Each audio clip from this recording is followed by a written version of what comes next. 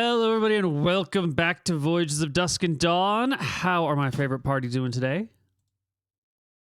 Very good. Good. Good. Just fantastic. Good. Excellent. Even though we've lost the great and mighty Lynn, we're still doing good. You guys move on so fast. So fast. He's barely cold in the ground. Well, in a dragon's stomach. And you're already fine with it. Monsters. Speaking of, Disgusting. where are we? Where did we leave? We're on one of the islands in mMarshall. We decided to go and take a look at the island where the Revenant was, and in making our way there, we encountered a dragon wormling. Mm-hmm. And I Yeah. am standing next to a green box that should roughly outline the location of that dragon under a little bit of sand. Yes, the green box that is in your mind? Or did you make a green box? It was drawn on the other map now. Oh, I know, but like Oh right. there's no there's no green. You did not bring chalk with you, colored chalk, right? My mind has a little bit of difficulties replicating this exact green, so Hmm. the box isn't this exact green, Oh, but okay.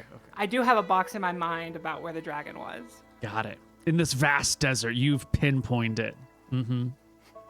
Dead Reckoning will 50-50. bring you here. Excellent. Well, party. Vaya's at low HP. Everyone else is totally fine. Do we turn back now? Do we head into the city? Well, off towards the ruined city? What do we do? Surely we can't after making such progress. Faya, you're carrying my bag, right? Was I? I don't think so. I have Oh, some that's right, Lynn things. was. Maybe Lynn has the rest. I looked at the bag, which hopefully Lynn dropped before he died. I've got something on my character sheet called Vincent's bag, weighs 19 pounds. Excellent. Good news. You can update it to 15 pounds. I trimmed it. Excellent. But I'll go up to the bag, I'll rustle through it, and I'll pull out 2 potions, and I'll hand them to Vaya. Just takes these, and we'll continue on our way. 44 Perfect, plus thank you, 4. Captain. Each What of about them Lynn? is a potion of healing. They'll heal 2d4 plus 2. Good luck.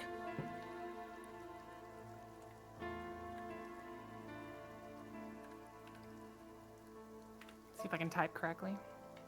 Ooh, okay rolls, not terrible, not amazing. 12 HP will bring you to 16.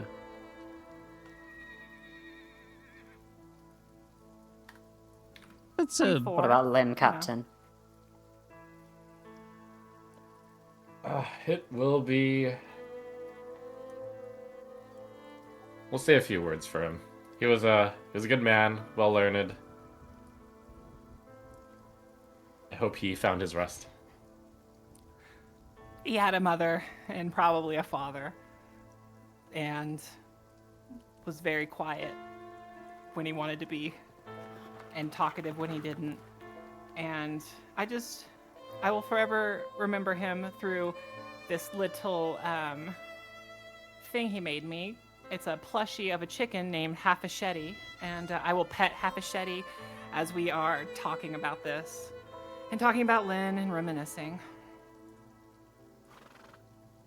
Make sure to make his parents whole. We will visit his island later. I take off my hat and say a quick prayer to Verasi. right. Well, what about his stuff and the dragon? Can you use any of that, Vincent? In your spells? I'm not very talented in the arts of picking through a body such as this. Can we just know it is open the valuable. boat and dump everything on the boat and then look at it later when we're not in the desert and maybe going to be attacked again? This is probably valuable cargo. I wonder if we can preserve it. Does my character know how to preserve a dragon corpse? You have some rough ideas about mummification, but that all has to do with like removing all of the organs, drying it out, wrapping it up with the appropriate bandages and ointments. And it has scales, not skin. So is the humidity going to change? Is the moisture? And it's also buried under all this sand. Honestly, burying something in a pile of sand is probably the best way to get it to decompose pretty quickly or mummify. One or the other. You know, if you throw a dead rabbit in a pile of sand in your backyard and come back 6 months later, it'll be just bones and a skeleton. But, you know, if you drop a person in a bog or somewhere with very low oxygen and very high dryness, and you keep their skin on, that can really help, like, shrink it up. So I think the bigger problem is that it's under God's knows how many feet of sand. And would we be able to find it ever again if we left this spot? But, like, how would you possibly go about excavating it? It's got to weigh thousands of pounds, maybe tens of thousands of pounds. Well, that's a lot of pounds. All right, let's not bother. Okay. We leave the dragon Like a behind. +3 dagger in there. Wait, can I cut off? Is there one in there? There's a +3 dagger in there, yeah. Or Oh, probably a +3. Is it worth trying to dig up the dragon, find a way into its body, rip it to pieces, and look for that +3 dagger? It would definitely won't. take you days. You know? Yeah, Can I I get- don't know if we probably want to spend about days. that much. We managed to stab into it from above. We dig a little bit. Just dig around a little bit. Yeah. Yeah, there's shovels on the boat, right? Can we get to those shovels on the boat? Pretty easy. I don't think, so this is just a desert. We can open the boat here. Find a spot with no rocks. Cocks to its side, grows large. You can go on in at awkward angles, pull out some shovels, and set to work digging in sand. Everyone's favorite experience. I don't know when the last time you guys took some shovels to a beach to dig in sand. It was a time I went with 4 of my friends. We were going to build a really cool, like, big pit that we could all sit in. And we went to the beach and we dug in the sand for about an hour and a half, and we all got exhausted. And then we just had a hole in the sand and we were done. And we left and we didn't even get to hang out in our big pit. And the entire beach trip was just a fruitless effort to dig a hole. I got to hang out in someone's hole that I didn't dig, so, you know, it's like an experience that we traded. But your characters have higher strength than me. You know, much higher strength. I'm probably rocking like 9 strength, maybe 10. Theodore's got 15. That's a ton of strength. Vincent's only got 6. Well, Theodore, it looks like you're the big shovel man today. Give me a strength check. Via can obviously help out. And you roll 34. a big number. You find that spot where Via plunged her glaive into the dragon. Part the sands. Via can help like scoop it further away so it doesn't fall back in the hole. And sure enough, you have found the like neck, the back of the neck of this red dragon after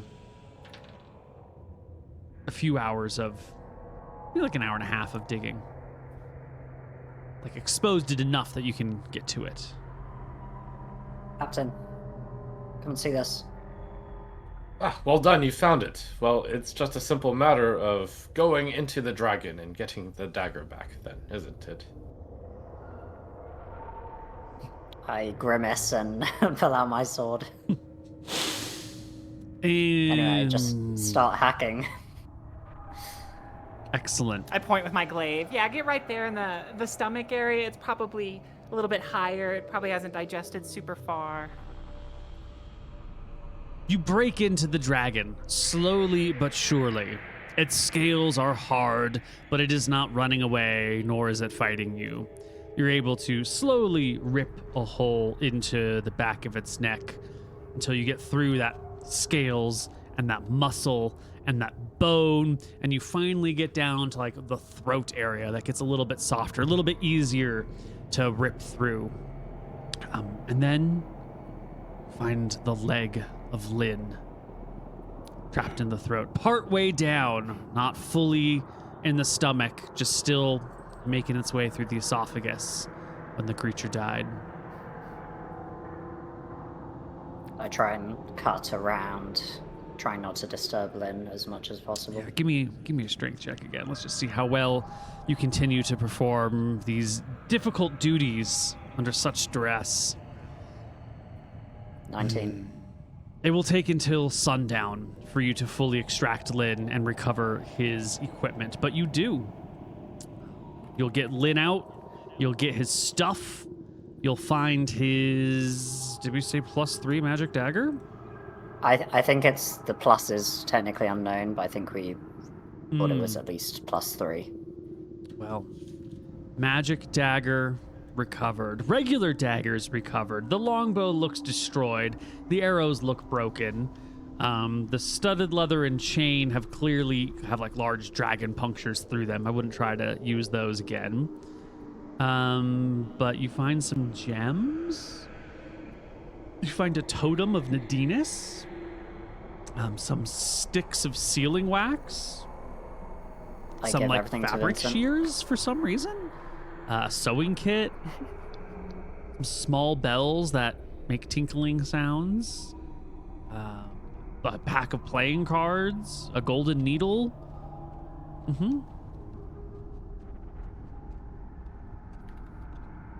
Great. Can I take a singular dragon scale? I suppose in all this time you can absolutely have extracted a dragon scale. Up to the size of your face, or a little bit bigger than your face. What color is it? Is it red? It was red. Yeah. Well, I know red is a catch-all for an entire spectrum. So it's in that Is it more red. brownish? Yeah, okay. Well, yeah, it's on the darker color, but it's got like a nice little metallic shine to it. It's getting late, Captain. What should we do? I look around. Is it just flat expand desert? Are we near the coast? You're kind of in the middle. There's some like, gently rolling hills of sand and ash and dust. Yeah. Pretty open, but there's also no sign of anything living around. Well done. This was a hard day's work. Let's set up camp right here, I suppose. This was just a baby, right? You don't think the mother's gonna turn up? I say nervously. I look around. Surely. I don't see any dragons coming flying over the horizon. I stick my glaive randomly into sand, like 10 different places.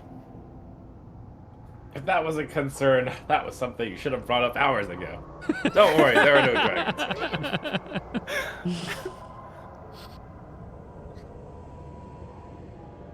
Okay. Seems like fortune favors the survivors. We settle in for the night. Unless anyone wants the dagger, I'll take it. Is that fun? Yeah.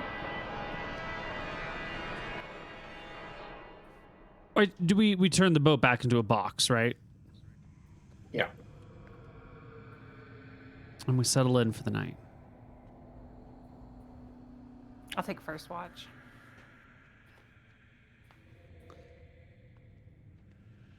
I'll go second. Sure. I'll take the last one. Did anyone take those deck of cards? I'll take the deck of cards.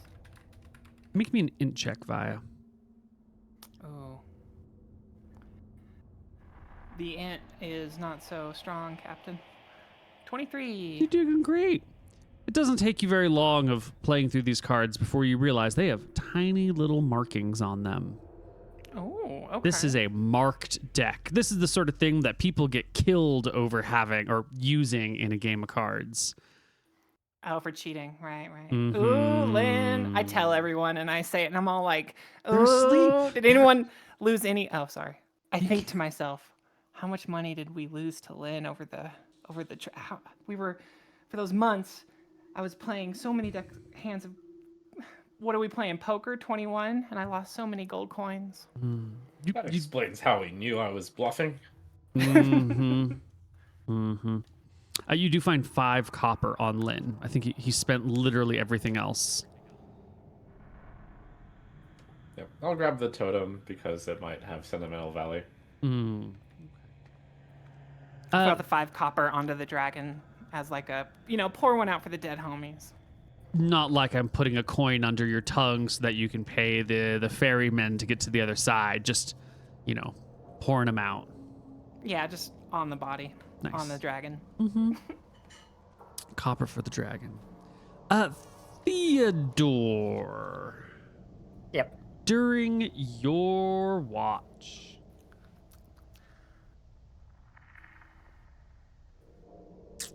can you make me an intelligence check, please? Oh, that's very good. You will see something during your watch. It's late, it's February, it's winter, there's no stars in the sky. The full moon, quarter moon is up, or half moon is up, moving about.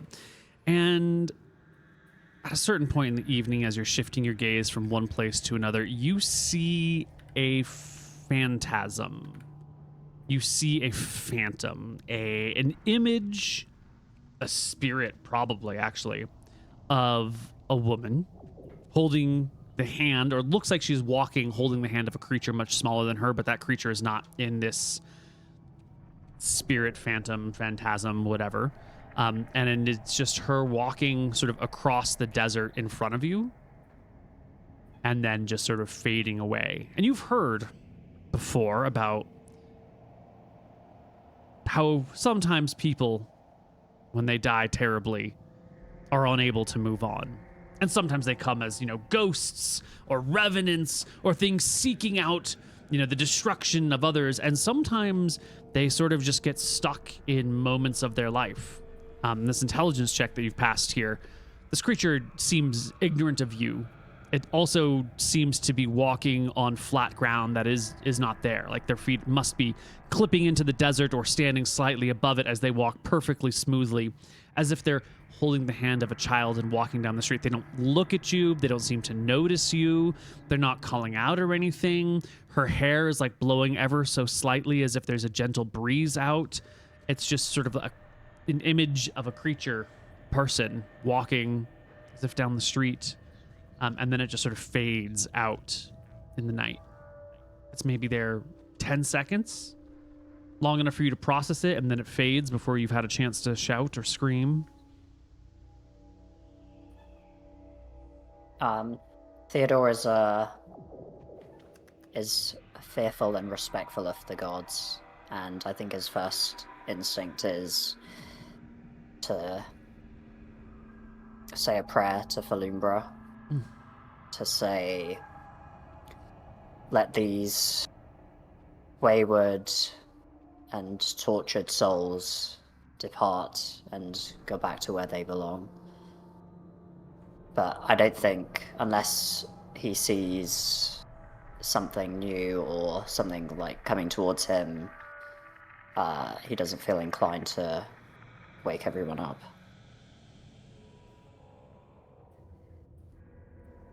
Maybe 45 minutes later or so, you'll see the same creature doing the exact same thing, walking from the same one point down and then fading out again. And then that's it. That's it until the sun rises, or until Vincent takes his watch and there are no more sightings of strange or unusual things, just this one spirit that appeared twice. Once everyone's awake, or maybe once I wake Vincent up for his watch, I explain what I saw, but that it didn't seem threatening in any way. Ah, that's good to know. I was fearful that the Revenant would be hostile, but it seems like it is not. Well, the next day comes. The dragon is still slightly exposed. The smell of the warm and decomposing body does linger in the area. The winds are not very strong today, not strong enough to blow it away from you. So I think without anything else, we hurry out of this place. Yeah, I begin the day by relearning some spells. I say, well, we're on quite an expedition. There might be valuable treasure somewhere on this island. We're going to have to find it. Ideas on where they are. I look around the island to see if there's any hints. Well, there's the mountain range to the north, mountain range to the south. You've heard that there's a lake in the middle. And cities are usually built near water sources, so I would just head inland towards the lake. Sure, lake seems good. Yeah. Doesn't take long before you crest over a small rise and can see the ruins of a great city before you. Ruins of a wall, ruins of a town. City must have been wonderful, expansive, housing probably hundreds of thousands of people once upon a time, or tens of thousands of people in great comfort. And now it is little more than dust and ruins.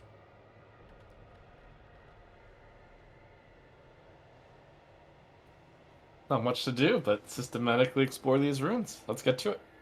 Okay. As you get closer, as you approach the main gate, you have a memory come to you through your stone. This is Homily, the half-elf, the one who's always talking about how magic is a responsibility, not a gift. And it's her on horseback riding through a complete wasteland. Not even a city here, but a complete wasteland. And all around her is burned out trees, dirty ground with little tiny bits of life springing back to it. You know, little strands of grass, some trees that look dead have a couple of gentle leaves on them. The lake beyond is an uncomfortable color. Water should be blue or clear or maybe sort of teal. It should not have this much yellow in it. Or this brown. It's a slightly disturbing color. And Homily is saying aloud, gazing in front of her, I remember when this was a peaceful and vibrant land. Now look at it. Ash. Humanity, people of all kinds cannot be trusted with great power. Someone will inevitably use it for selfish or destructive reasons.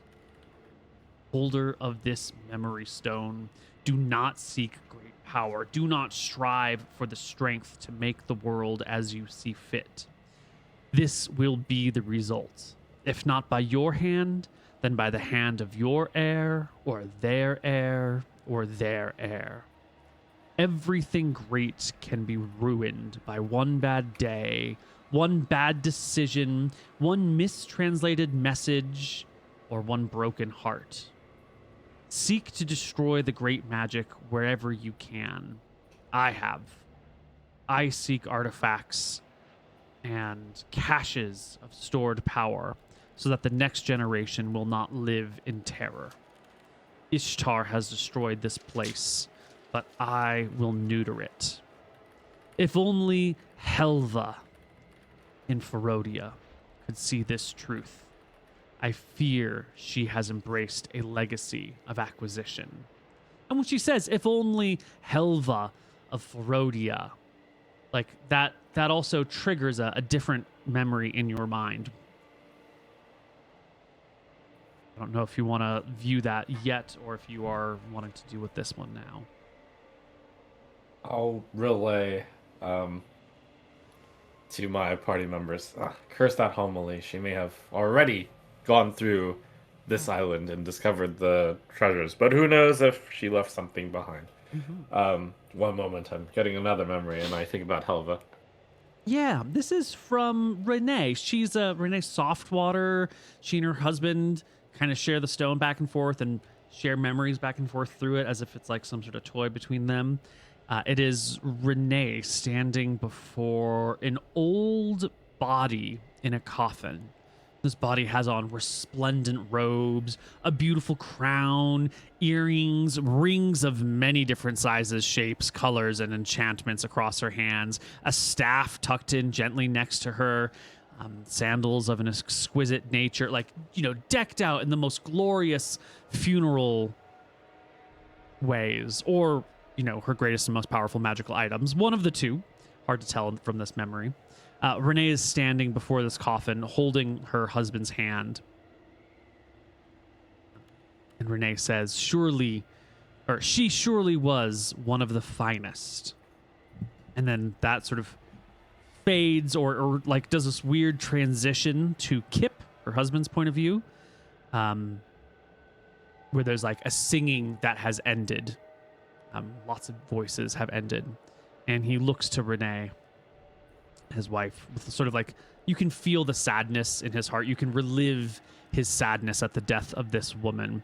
And he looks to his wife, who you can see across her face. There's little water stains. Her face is old and wrinkly at this point in time. This must be near the end of Kip and Renee's life. And Kip says, it won't be long now until we too are in the ground. Renee sort of gives a bit of a nod, and they turn to walk away. There's maybe 20 or so people in the crowd, and looks back at the body as a large piece of stone slides down into place, blocking off the corpse's room. But there's a hallway, to either side of where this great stone has slid down, and there's this thought that passes through Kip's head.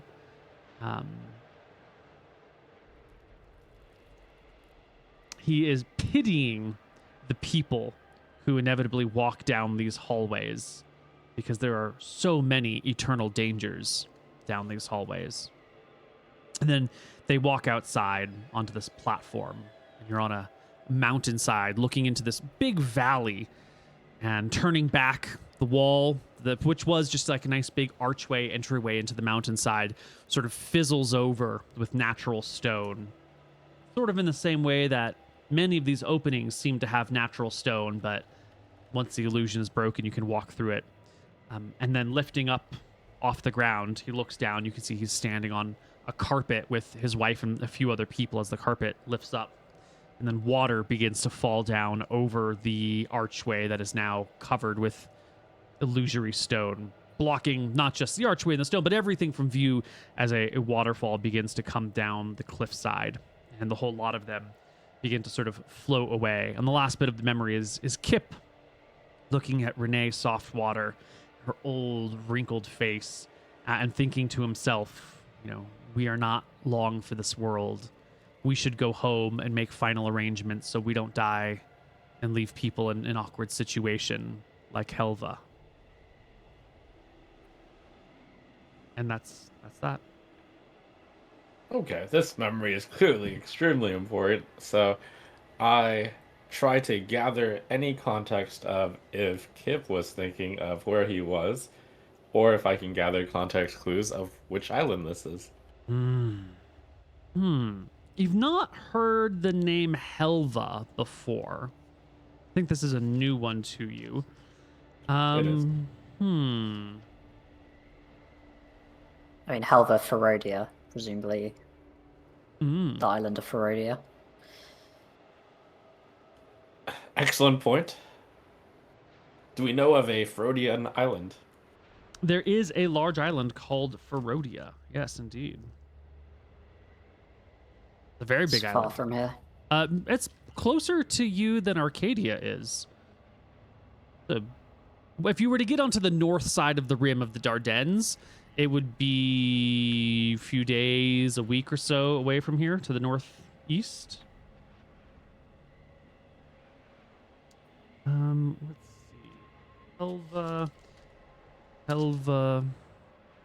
I guess as you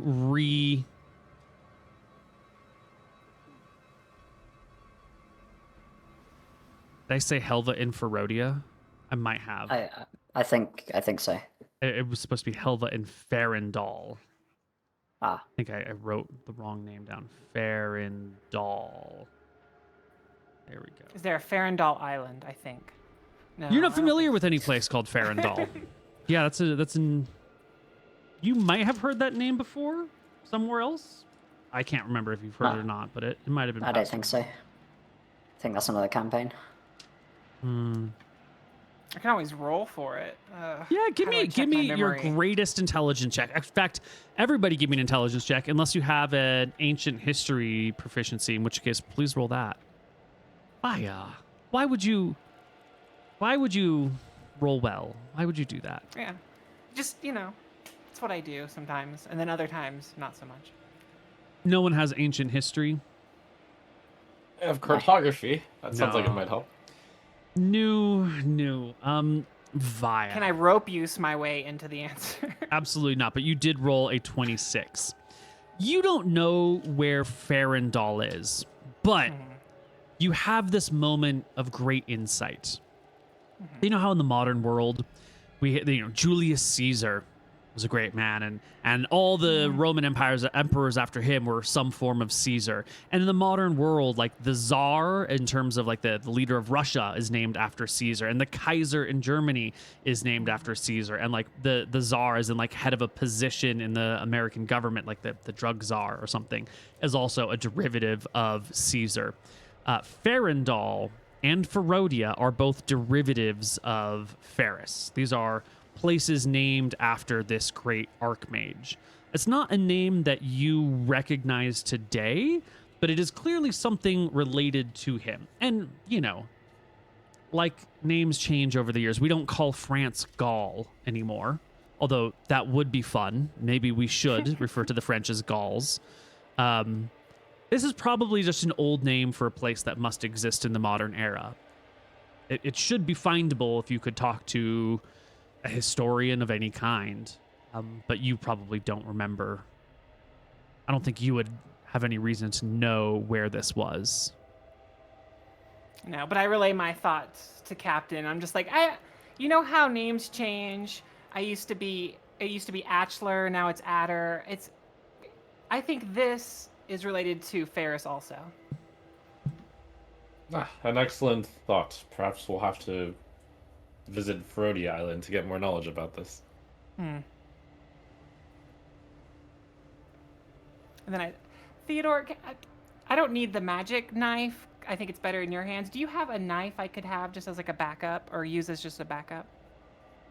Like a dagger. I've got a dagger. If you're not going to use it, I'll just put it in my belt in case I get in a situation where I have to drop my glaive. Yeah, I've got a normal dagger. I've taken it off my character sheet. Sweet. Is that just like a pound? Yes. Thank you. Let's Dagger, see. no I see plus. Vincent rolled a 3 on his intelligence check, so you've definitely not heard of Farandal, although what she says does make sense. And as you try to look through these memories, the mountains stand out to you, the valley stands out to you, the waterfall stands out to you. You're fairly certain if you saw similar point of view, you would be able to find such a thing. But you're missing like context clues. Is this on an island? Is this in Arcadia? Is this taking place before the gods sort of restructured the world? Is this taking place on another continent? You're missing the big picture. You would need a little bit more context, I think, with a 17 on your in check to find out anything more. Okay. Okay. Cool. Well, party, you are now in this city. You see destroyed buildings around you. These buildings must post-date the memory that you had from Homily. Because when Homily's mind, this place there wasn't anything here. It was just gone. And yet there's a town here. But there's no growing things. There's just sand and dust and ash. So maybe this place was destroyed multiple times? You walk through the city, looking past broken buildings, see areas that have maybe more recent rubble. You see what might have been footprints of somebody who came in through here weeks or months ago. Little impressions in the sand that no longer hold a footprint, but have like the sort of spacing of maybe someone came here and then like dust has sort of filled it in around. You get through. Well, roll me a d20. Actually, I got a couple of clues here. Let's see which one you come up with.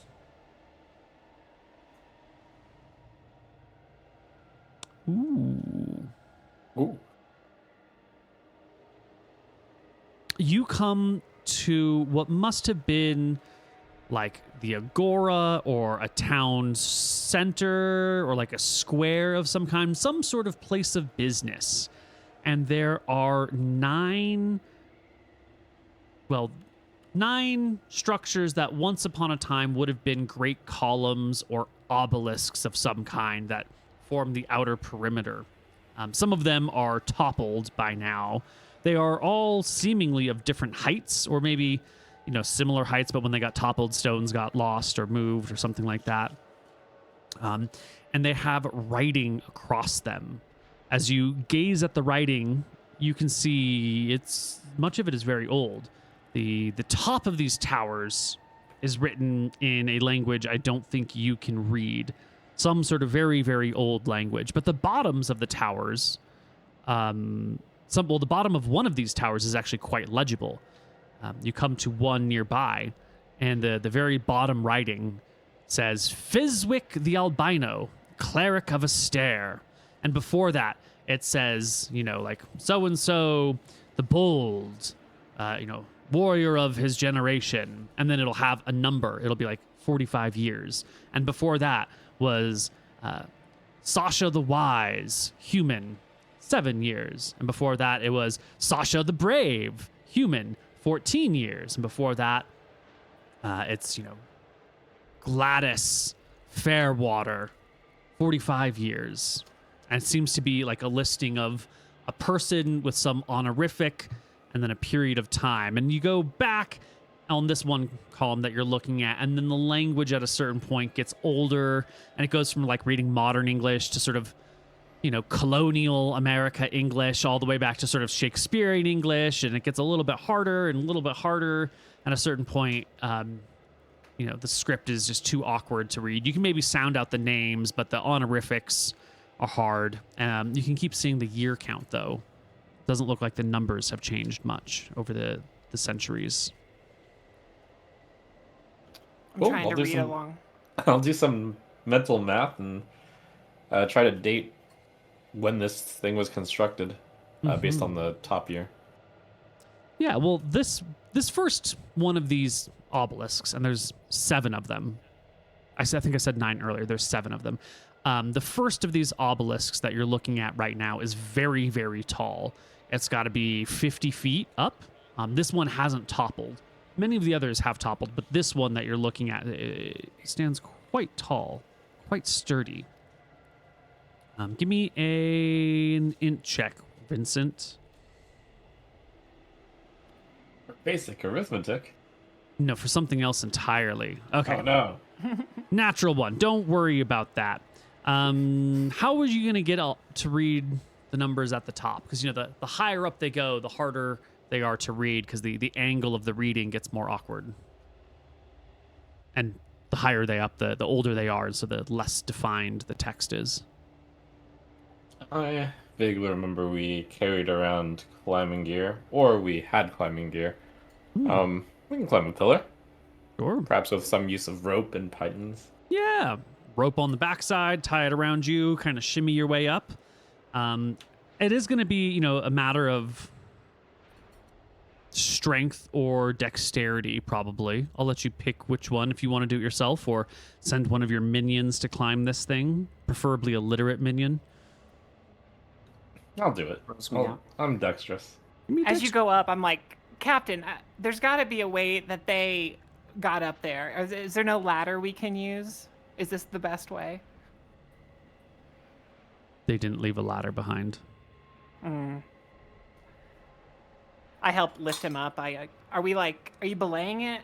Or are you just like taking the rope and then... How are you climbing up this? If there's a way for you to help me steady myself, that sounds good. I'm not very familiar with ropes myself. Didn't you guys ever watch Mulan? Didn't you see how Yes, she I know climbs that a one. pole with ropes? That's what I was thinking. Yeah. Like wrap it around your Yeah, hands. and it'll be- hold tight. It'll be a strength It check just or a doesn't dex sound check. safe. Of course it's not safe. He could fall and take 5d6 falling damage. If things went really, really, really badly.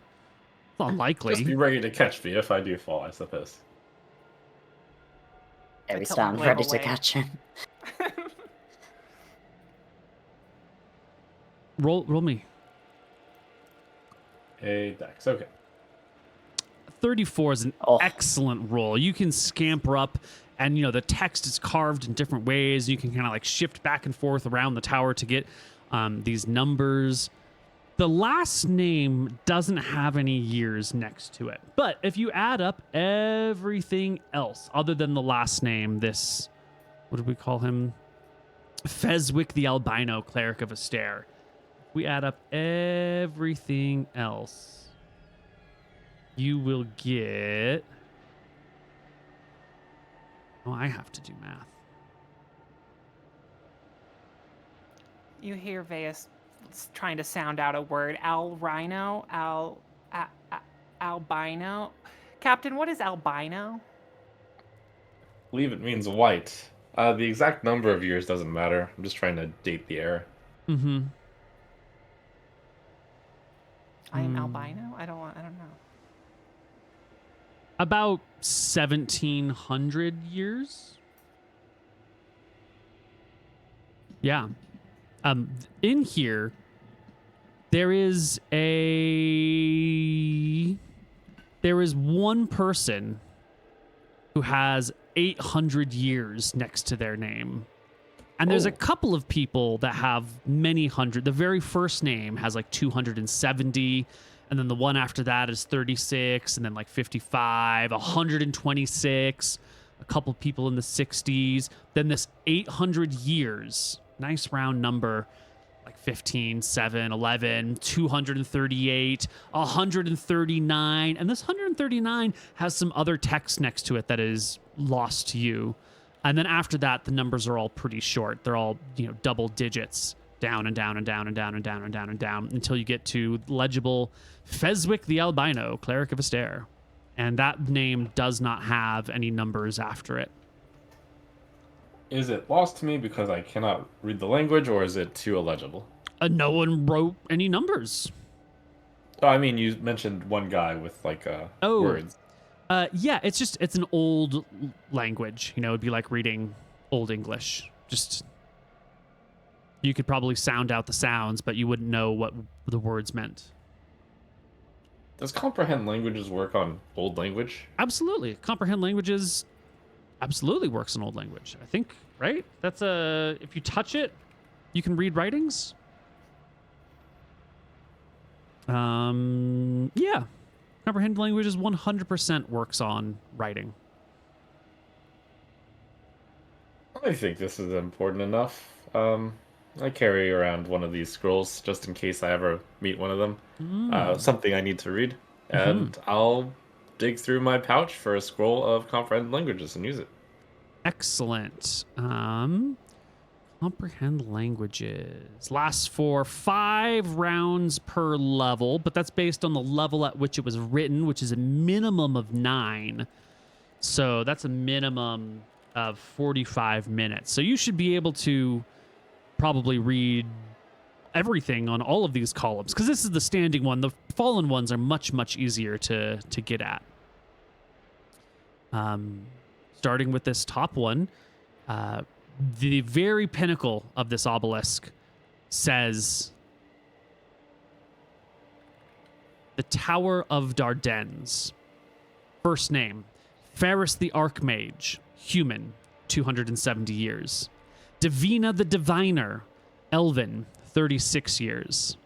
Ishtar the Wicked, half-elf, 55 years. Homily the Mage, half-elf, 126 years. Renee the Enchantress, human, 64 years.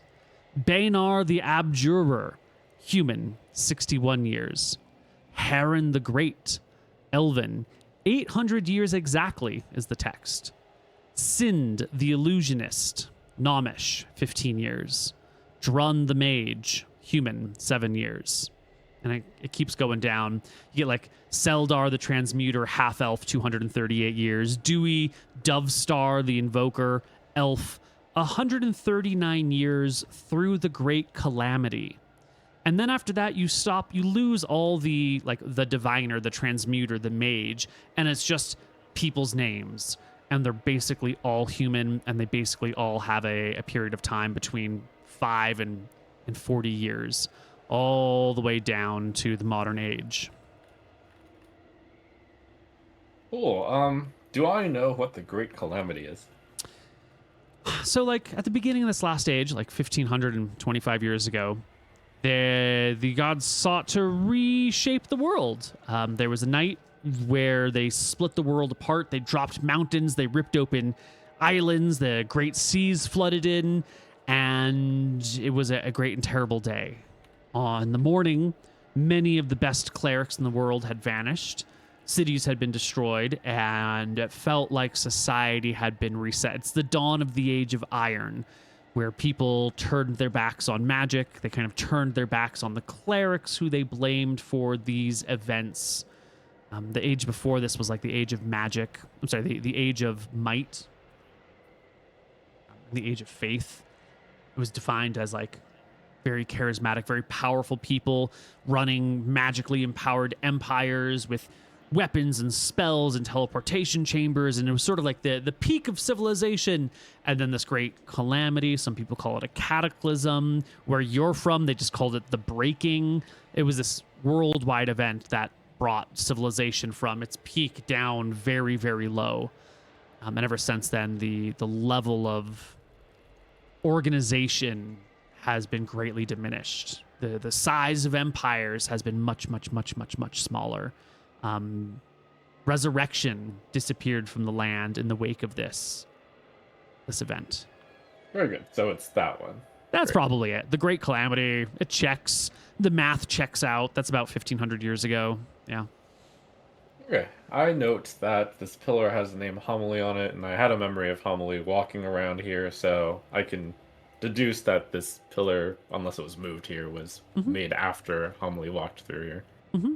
Yeah, actually, if you add up all of the numbers, that one that says like 139 years through the Great Calamity, you don't know if that Great Calamity was like year 1 or year 139.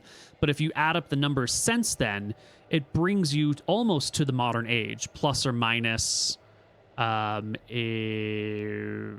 to, depending on when the Great Calamity happened in that time span, like 85 years ago, or 100 and what's 85 plus 139? Yeah. So it ends either 80 years ago or like 225 years ago is when the recordings stop. Okay, so pretty relatively modern city was here. Yeah. Going around and reading these other obelisks, you see that they have the names of other great towers. There's the Tower of Valesburg, the Tower of Cliffside, the Tower of Arcadia, the Tower of Farandal, the Tower of Rabara, and the Wandering Tower. And they similarly have names and like spans of time next to them. And all of these other ones also have like, so-and-so, the mage or the diviner or the transmuter or the invoker or whatnot scattered throughout. And as you sort through them, you will see the name Helva listed under Farandal, the tower at Farandal.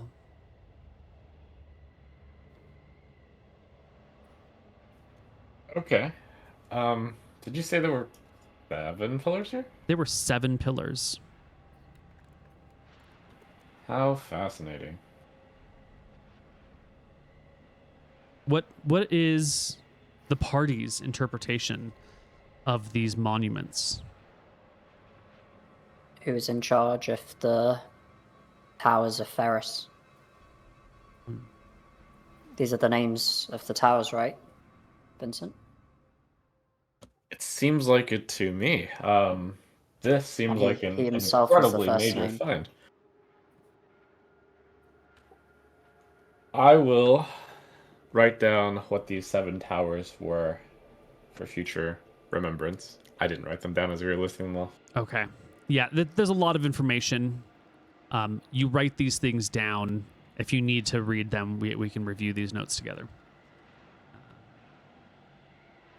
Yeah.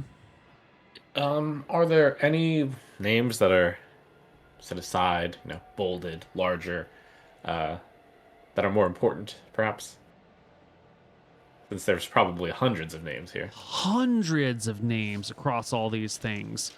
You don't see any that are written in any greater that stand out visibly. Even, Ferris the Archmage, this legendary figure, just has regular text, and Ferris the Archmage : human. Although he did rule the Tower of the Dardennes for 270 years, which is far more than a human lifespan. Even Ishtar, this might be that same person who's been destroying things in the Dardennes. He's labeled as Ishtar the Wicked, 55 years half-elf, kind of treated the same. Heron the Great, 800 years exactly, is a little bit of an unusual thing to say exactly. But this great person who ruled for 800 years doesn't have anything, and no more pomp and circumstance next to his name than Droon the Mage, who ruled for 7 years. It appears there's no calling out anyone for their great or terrible deeds. Wow. What a fascinating pillar to be here. Does this give any indication, perhaps, to where the Tower of Dardennes is? I think this is a known thing already to you, actually. Right? I think this is known. Remind me. I'm 99% we've talked about this before. Down in the very center of the Dardennes, right? The Dardennes is like multiple rings of islands, the outer ring, the midlands, and the inner ring. Down in the inner ring, on one of these islands in here, is a great mountain. And on that great mountain is built a great tower, supposedly, which is where the White Prince resides and rules over. It used to just be the inner islands, but after the events of a couple sessions ago, it sounds like maybe the things that are threatening him on the outer islands are no longer threats.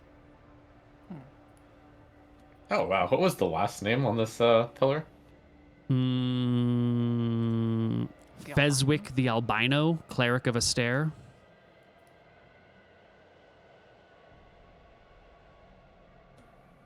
Is it enough for me to piece together that the White Prince's name is Feswick the Albino? I don't think that's an unreasonable conclusion, but I don't think you've ever heard the White Prince's proper name. Okay. And you said albino means white, so Vea's like, were white people scarce back then? That you have to call out a white person the white albino? And then she goes and says, Vea Adder the albino. I was like, okay, maybe all right. Does it list human next to Feswick? No. Actually, and now that you're looking at this, once you get past Dewey Dovestar the Invoker, elf, 139 years through the Great Calamity, it's just people's names. They stop adding on a race to the end of it. And all the durations get much, much shorter. And there's no more wizards going around. There's one cleric in the middle of it all, but everyone else, there's no wizarding titles, there's no clericing titles, there's no races attached to them. And Feswick has no race attached to him either. Okay. Is there any common theme of types of wizards that are in towers? Like, are each tower primarily one type of wizard? No. They seem to be pretty scattered. You don't see many necromancers as you gaze through these things. There's like one necromancer at the tower at Cliffside. But that's it. Also, as you search through these things, this record, the one in the Dardanelles, is the most complete. It goes back, what did we say, 1,700 years or so? The other ones, they all end. Like, they go on for different periods of time, but they all, their numbers don't add up to past 1,500. Some of them are, where's my notes? Some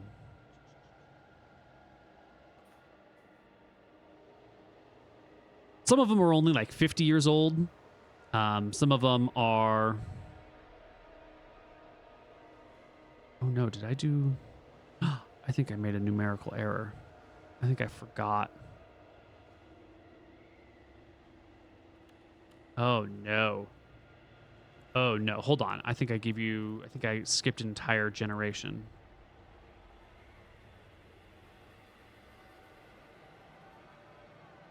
Yeah, I think I said 1,770. No. It's 3,000 years of history on the Dardanelles Tower. The other ones all have about 1,500 years of history, give or take a few hundred. And then they stop. So this one in the Dardanelles has a much, much, much deeper, richer, longer history.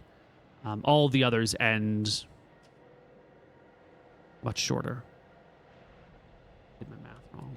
After initial organization thoughts about how I'm going to organize this, I'll record a pretty long memory of thoroughly looking at all the names at these pillars. Mm-hmm. Perhaps one apiece per pillar. Walking through, reading each pillar. Yes, I'll say, Perfect. This is the Tower of Dardanelles, and these are the people, and I will vocally sound out all of them. And then I do that for the others. Do you have a second Comprehend Languages spell stored? Because it only lasts 45 minutes, and I think it probably took 45 minutes to read through everything, and then some time to think about it, and then maybe another casting to go and store it all as memories. Yes, I'll use the second scroll. Perfect. There you go. Incredible history. How many years Vincent was on, what was the last name again? Feswick the Albino? Didn't list any years. Still alive. Mm-hmm.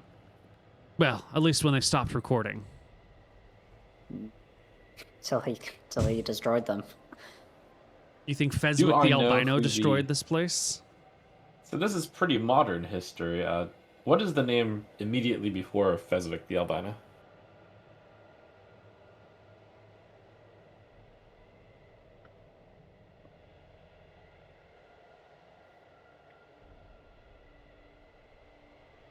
It is Drend the Great, and their reign was 20 years. And as you look at this, there's a lot of the greats in the last couple hundred years listed on here. I don't know how many times you can have a great person who only rules for like 5 years or 10 years or 20 years. Maybe there's a little bit of propaganda being written into the histories on these podiums.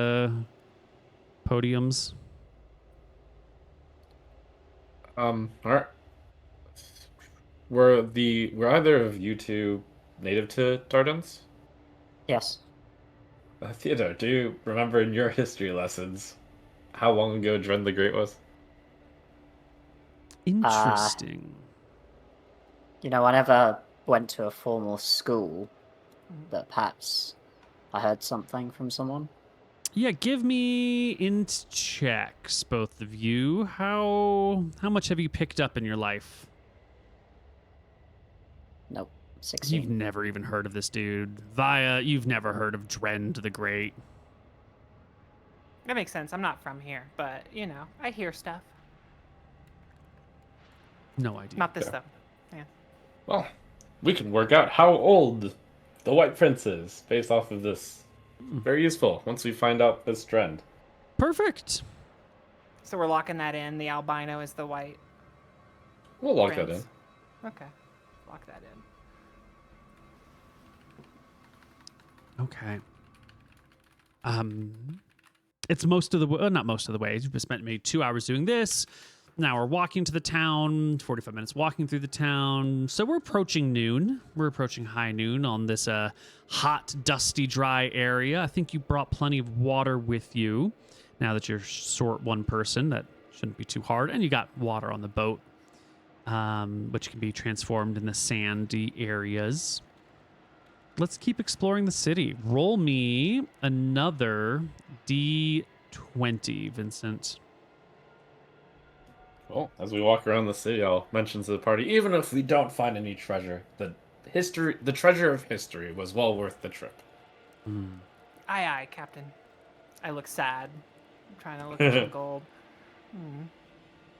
Yeah, you find a house that has an entryway that looks like it has been recently forced open. I say house, I really just mean structure. It looks like rubble has been moved. There's no footprints going in or out, so it must have been moved a long time ago, long enough that the winds would have blown everything away. But it is dark within. You want to go in? Fireball it, Captain. Explore this house? Someone's got a torch or lantern here. Yeah, I have a torch. You light a torch and go in?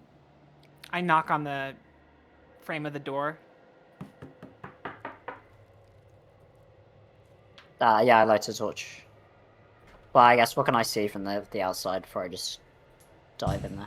It looks like maybe a cellar door or an entryway into a crypt of some kind, just like stairs that go down into the earth. Looks like the steps go down, Vincent. It might go some way. Do you want to explore this? And of course we do. Does it look like the door was busted inward or outward? Was it trying to escape, or is the broken pieces inside? The broken pieces were more stone. The doorway itself is like ruined and crumbled, and the building was once very large and has like flattened and things have fallen over, but someone has pulled out rocks and dirt to kind of create a pathway through the rubble into this building. And I think before we entered the ruins, you had mentioned there was some footsteps, right?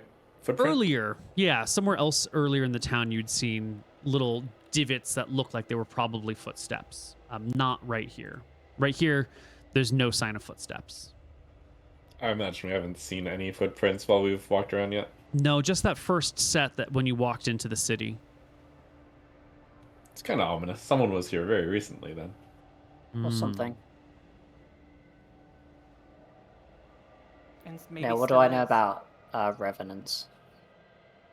They're one of these mythical creatures, the undead that keeps coming back to life, that it wants to kill you for the terrible thing that you've done.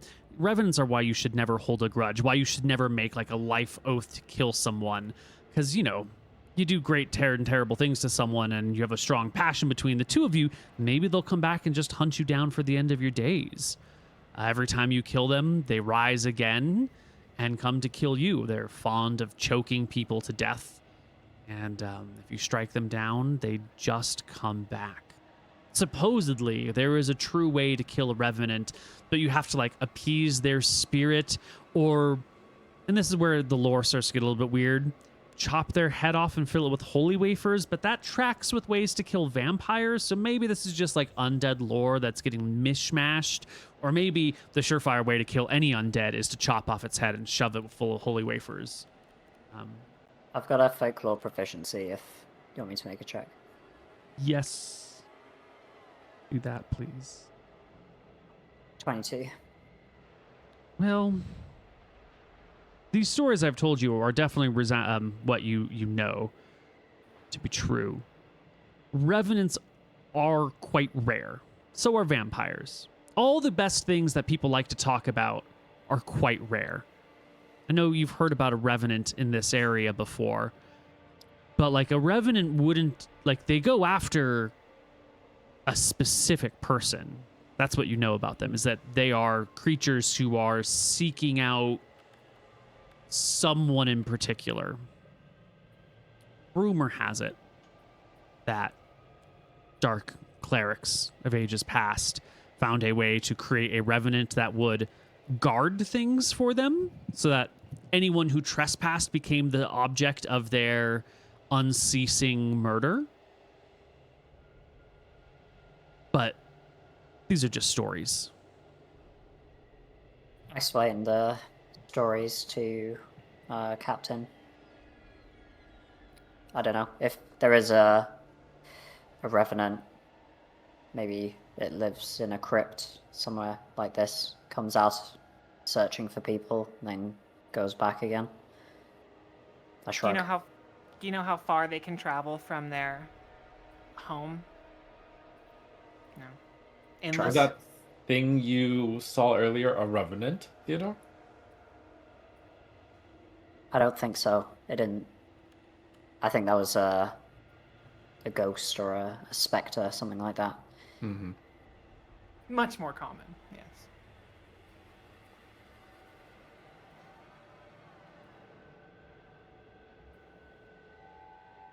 If we go down, guess what's the plan? If we go down, someone needs to hold the torch, but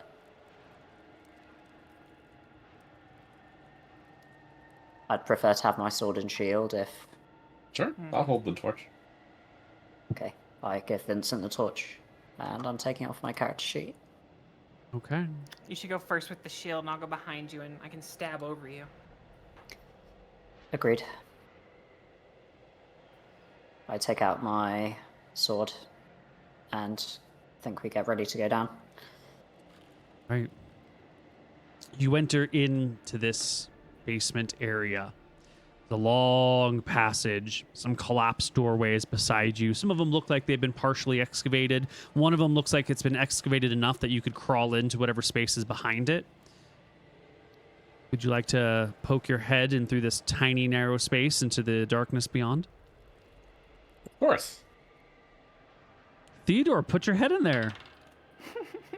Can you shine the torch, Vincent? Yeah. You don't get to shine torches. You gotta put your hand all the way in. Alright, if you say so, Captain. I put my hand in. And, I know, what can I feel around? I need to roll some dice. I got a little table over here. It tells me what happens when you go into this room. And Who the knows what darkness sorts of ages you treasures 5 could be in years. here. You So much stick treasure. your torch in through the small, like head-sized, maybe shoulder-sized gap.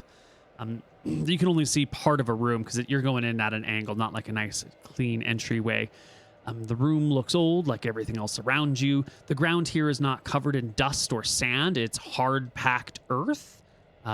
Probably the original floor from when it was destroyed. Things haven't had time to blow in. You can see some old shelving. It looks like ash wood that makes up like this rack. It has some clay pots on it. Most of the pots have fallen to the ground and broken. Their contents spilled out and rotted away, so probably food items you'd expect, or liquids of some kind. But you can't see most of the room without crawling in. If you think of a doorway, you're coming in at like a 70-degree angle, so you're looking like down, like across the side of the door more than anything, which just hits a wall after 10 feet. But you could probably squeeze in. Cool. The way you described it, can you come back out after you squeeze in? Yeah, if you can go in one way, you should be able to go out the other way. Okay, great. Let's go on in. All right. Can I go in like with my shield on, or is it like so narrow? Oh no, that you're I'll gonna have to take off? that shield off, definitely. Okay. I take the shield off. And can I have the torch, Vincent? Yeah. I take the torch back, and I can, I try and squeeze through. The torch first, lighting the way. Once you're inside, you don't need the torch to see what's in here. There are 5 glowing figures. God. Oh. There's a woman with like big, heavy servant's clothes on, who has gathered 4 small creatures next to her, 4 small people next to her, and has sort of pulled her cloak around them, like a bird might bring its wings round ducklings.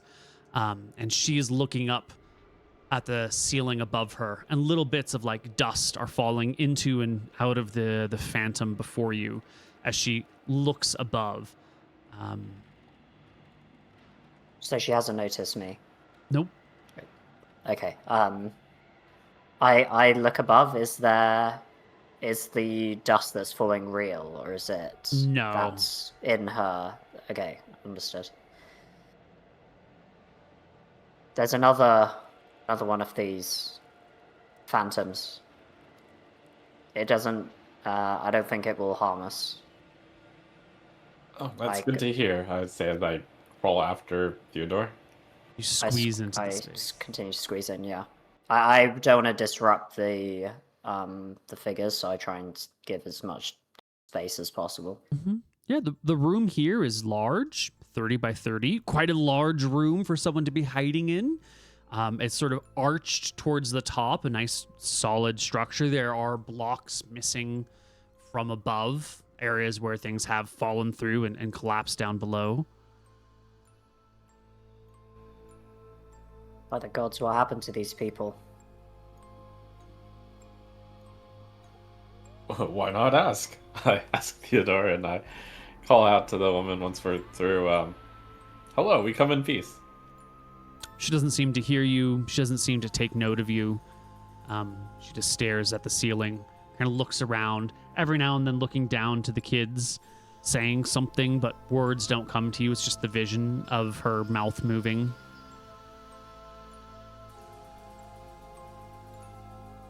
Sweet.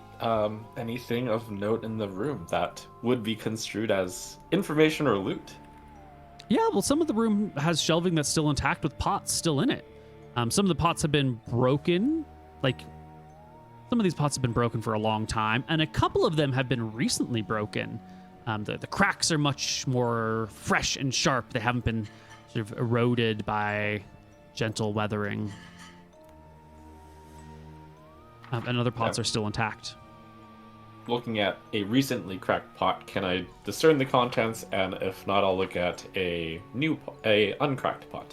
Yeah, all the recent one that you've looked at, it held.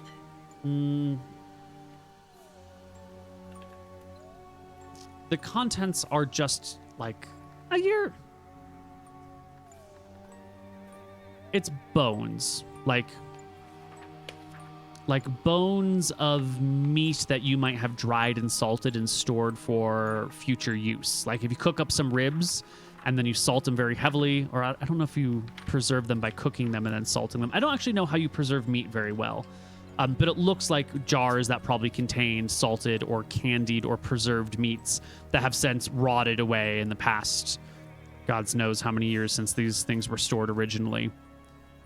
A couple of these have that. Some have water markings on the ground where some sort of liquid has clearly splashed and then soaked into the hard-packed earth. The pots that are unbroken have like cheesecloth soaked with honey or soaked with beeswax tied over them to keep them airtight. And they are glazed on the outside to also keep them airtight.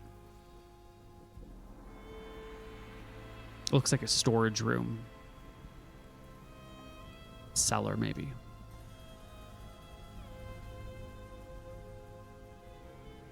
There are a dozen, 2 dozen pots here that could be broken open and looted. Maybe see what's inside one of them.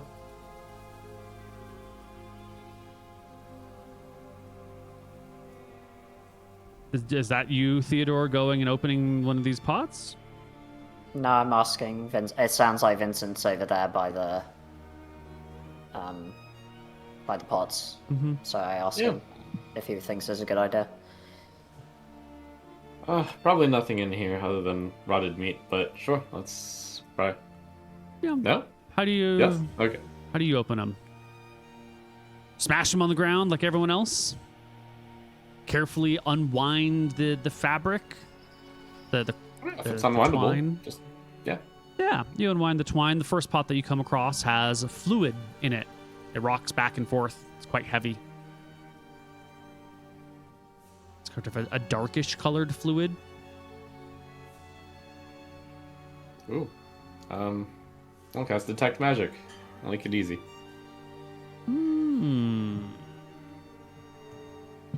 Could be a potion. I think Maybe not that super we likely. should take our first break as you're casting Detect Magic here, and we'll come back on the other side with a little bit more Voyages of Dusk and Dawn. Hello, everybody, and welcome back to Voyages of Dusk and Dawn. You detect magic, and there is magic in this room, surrounding this room, all over the borders. Well, not all over the borders, over the ceiling, but not over the left and right, but also over the floor, not on the walls adjacent to you.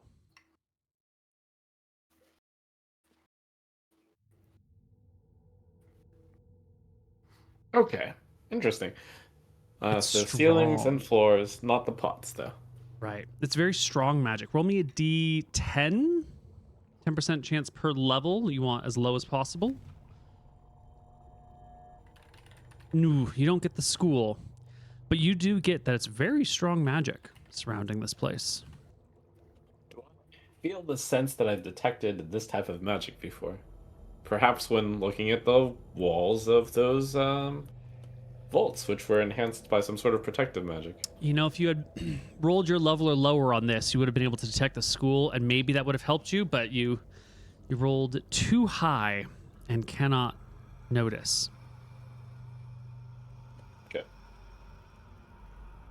What do you think it is, Vincent? I think it's that type of protective magic, such as those that we've been in the shelters of before. Probably to preserve these buildings for a while. They must have done the ceilings and the floors because they didn't care if the walls internally crumbled.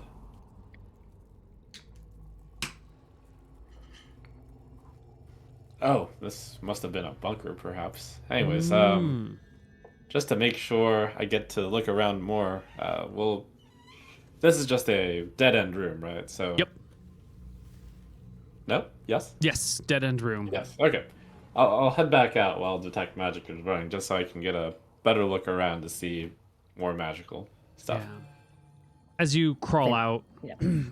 Theodore, the apparition before you will fade, and in its place will just be a very large stone block, like right where those apparitions were. You didn't see the block before somehow, but there it is, as real as daylight. Whatever that block is, it must have fallen directly on top of that huddled mass of survivors. As we explore the rest of this underground area, Vincent, I'd like you to appoint a person to roll a d20 on this table. You can be the person you appoint, or you can give this power and responsibility to a subordinate. Cool. Is super lucky. I've seen her rolls about her tattoo. Go for it.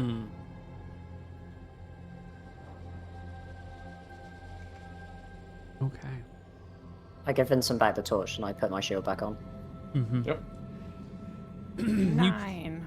You proceed with this 9 through the underground area. But you're still carrying your glaive around, right? Yeah. Okay. You come across a section where rocks have clearly been excavated from somewhere and sort of just like thrown and strewn about, making a nice easy passage for someone to walk into. This room, you can see a heavy door has been ripped off its hinges and thrown to the ground as well. Whatever the people who were entering this place were looking for, it must have been beyond this room, for beyond it is bars, like a jail cell or some sort of treasury cell, but those bars have also been ripped off the walls and lay flat on the ground, and anything of value in here must have been looted and taken. There are still other passageways, but you have come to a double fortified room with the fortifications ripped off.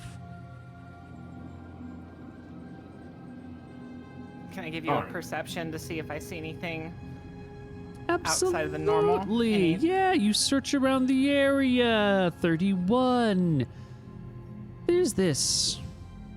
There's stonework everywhere. We're talking smallish stones, maybe, like the size of a modern brick. And some of these are a little bit looser than others. There's a section at the back in the corner on the ground that, as you're kicking some dirt and dust around, you notice the grout from around this brick is all gone. Captain, no grout. You might have found some treasure that the other pilferers didn't find. Well, You pry Should the I dig stones it up? loose. I stick my glaive in there and shift it around, and be cautious. I'm going to need you to make me a strength check to rip out these stones down here, because they're not grouted in, but things that walls have shifted and weight has distributed on them. You tug and can't quite do it. heave, and yet the stones remain. And then I think, oh my goodness, Theodore, can you please attempt this? I am not strong enough. Sure. I try the same. Theodore, make me a saving throw versus breath weapon. Oh, Because I know Yeah, you sure. can do this. You've got 5 more strength than her, and she almost passed. Where are the... here we go. Breath weapon. Yes, you do Fail. manage to loosen the rocks, and they do come out, but so does a section of the wall, and bricks from in front of you and above you begin to rain down on you. You take 3 damage from falling rocks as a small shower of stones collapses on you. This was just a Rocks bad fall, brick. You get mildly inconvenienced. Just a shitty brick, no treasure to be found. Wow. It's nothing here, Captain. Does my detect magic, is that still going? It's still going, and the ceilings here are all protected. This room in particular has all of its walls more protected than the other walls in this area. The floor is protected. The section of rocks that have just collapsed have lost their protection, however. Treasury, I mutter. Darn, we were here too late. Someone else want to roll me a d20 as you continue to explore these ruins? Go for it, Theodore. 9. Excellent. Excellent. You come to another section. Now let's talk about what it looks down here. You've got these large passageways, hallways, maybe bunker-like setups that are fairly cleared, and then sections where stuff has crumbled, where the weight of what is above you has fallen down below. And you come to one of these sections of the long, clear passage, 15 feet wide, 10 feet tall, where things have crumbled down. And it looks like someone has tried to pick out a few rocks here and there to make a passageway around the rubble. This one, there's a little passageway at the very top that is not quite complete. You feel like you could probably excavate it. Someone clearly gave up doing so, but you could finish the job. Think we should keep digging, Captain? Seems like someone's been here already. They gave up for a reason. Any indication of how long it would take to continue excavating? It's hard to tell if if there's one big cone that has fallen down and we're at the very edge, or if you get around, maybe it's just 50 feet of rubble. You wouldn't know until you broke through to the other side, but the curvature does imply that there could be something right there. Could be. I mean, what is a minion or two's life worth to you? Wait, why did you ask me that question? Because every time you go digging around in an unstable structure, there's always the opportunity for bad things to happen. Every time you do excavation haphazardly, there's always a chance bad things happen. I see.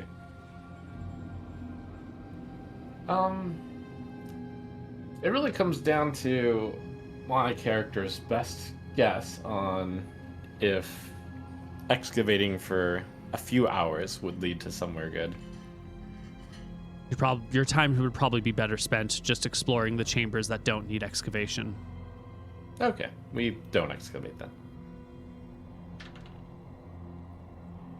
There's so many chambers here. Mm-hmm. Vincent, why don't you give me one last d20?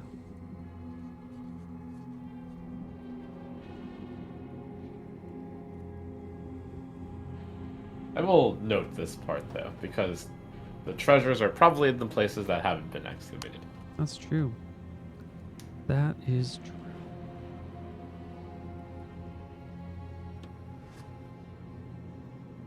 As you wander through these corridors, you quickly find the ends of the safe places to walk.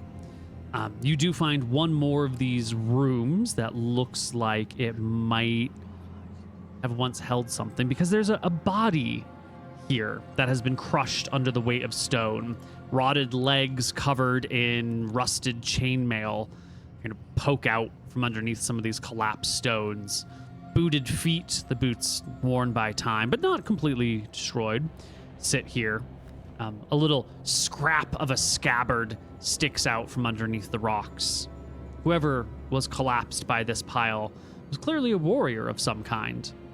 Their clothes and weapons and gear are so faded by, the age of time and corruption that it's hard to tell if they were fabulous or if they were of, ordinary make. But this does have a person collapsed under these stones.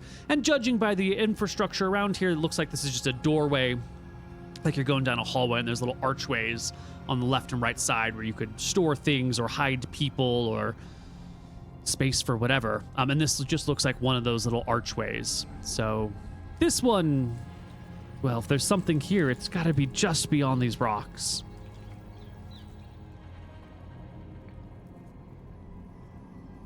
Nice. I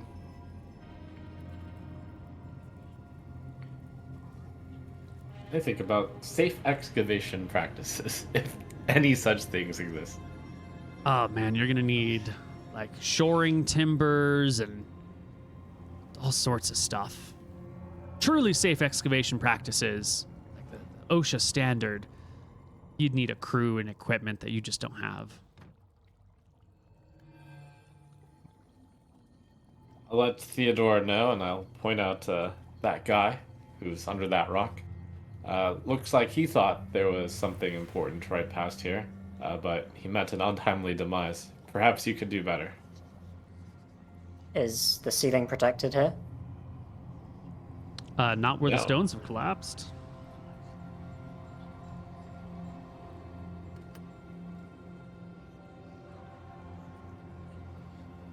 Show me where you want me to dig, Captain. Yeah, surely as long as you're cognizant of the risk, you'll fare much better than this man. Mm-hmm. And I'll point out Surely. the place. Give and me I'll give it a wide berth. give me a strength check as your friends back away from you.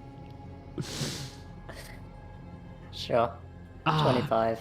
You pull the stones gingerly and carefully, taking your time, assessing each situation, not wanting to become the corpse at your feet, eventually breaking through to the far side.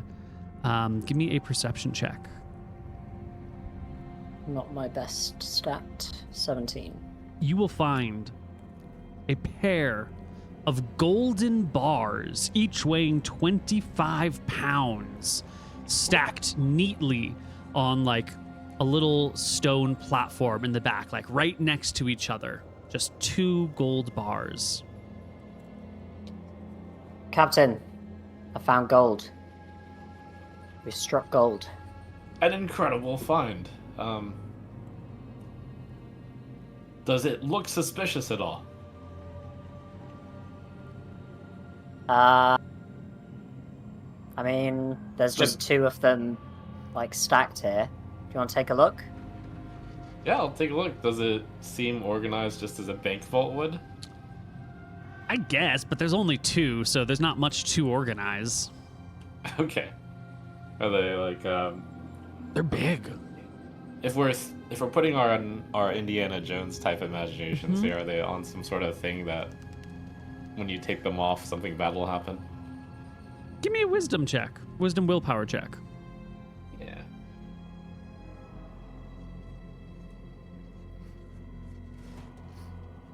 Nah. This looks like all these other little chambers around here. This doesn't look like a special spot. Nice. Well found, Theodore. Just hand them out through here then, and I'll stand outside the excavated area and get ready to receive the bars. Well, for Vaya to receive the bars. I'm too weak.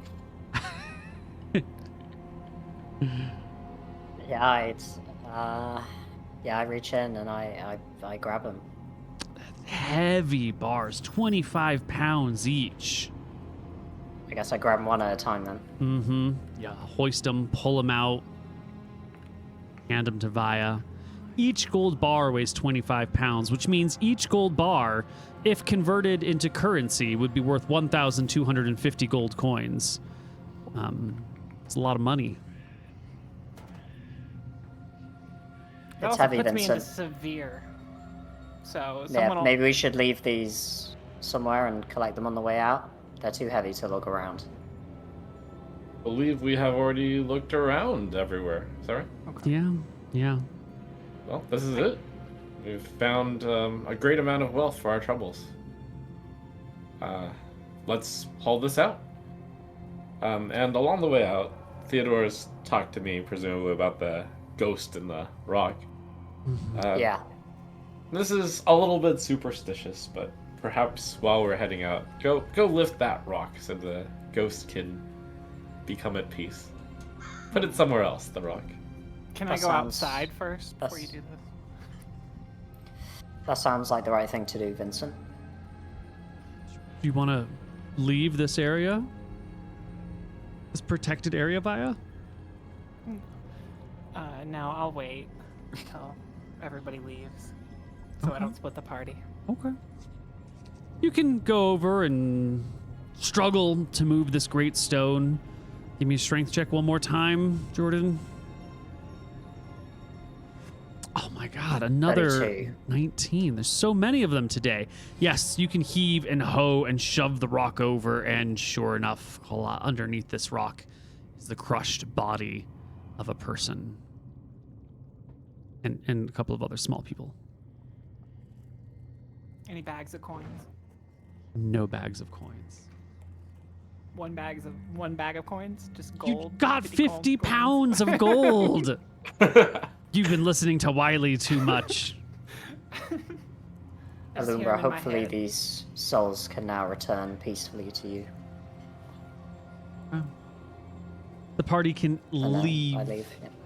It's getting later in the day after having explored these dungeons carefully so you don't get yourselves killed. Definitely on into evening now. Do I have both of these gold bars, or do I only have one?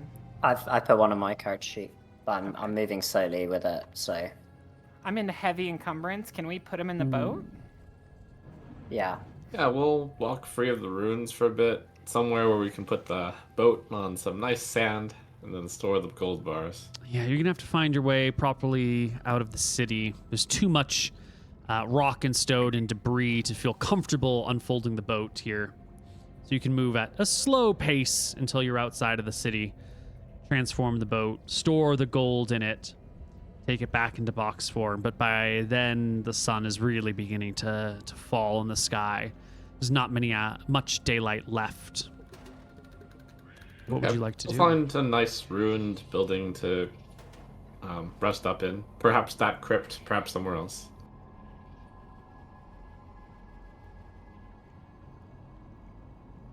When the night comes and you're resting carefully and quietly in one of those buildings down there, you begin to hear sounds, voices, people going about their day, the jingling of coin, the laughter of folks, intermixed with the cries of terror, the screeches of suffering, the sound of collapsing stone around you, dust begins to filter down from the ceiling above you in the night, landing on your shoulders, seemingly quite real indeed.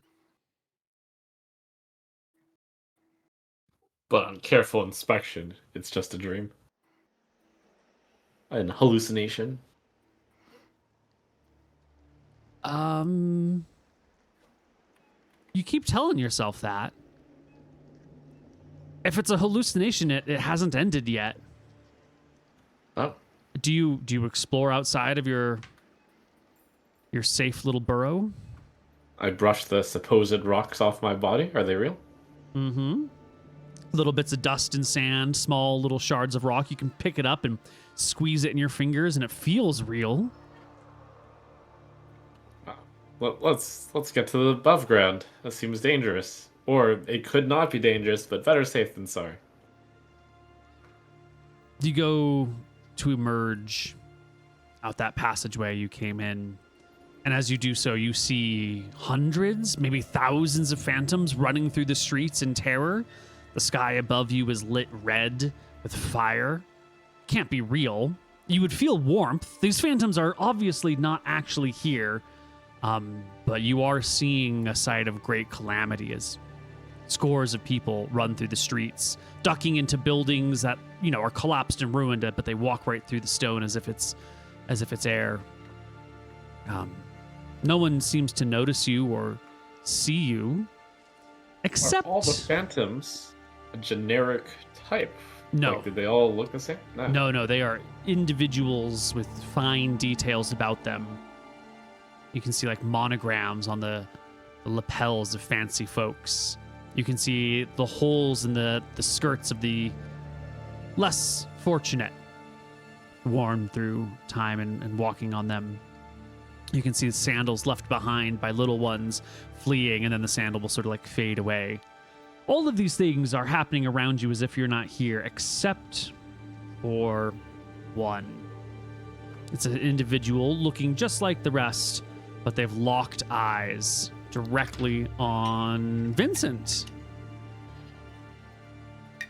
And they're coming towards you, Vincent. They're maybe 60 feet down the street. Around you are the sights and sounds of panic and terror, but the volume of these panics bits begin to fade as this one individual looks at you. Hello, we come in peace, I say as I nervously back a bit. Mm-hmm. I'm a little bit scared of you, so if you could stop advancing towards us and have a proper conversation, that'd be great. The older male figure before you, moderate clothes, probably a merchant or a servant for a fancier person, maybe a skilled craftsman or an artist of some kind, looks at you and says, Why? Why would you do this to us? Why do you bring this to us? As he steps forward closer. It wasn't me, I'm just a visitor. I back off further. What did we ever do to you? All we wanted was to live in peace. Why would you do this? I also want to live in peace. I just helped a poor woman and her kids. We lifted a rock off of her. That poor woman.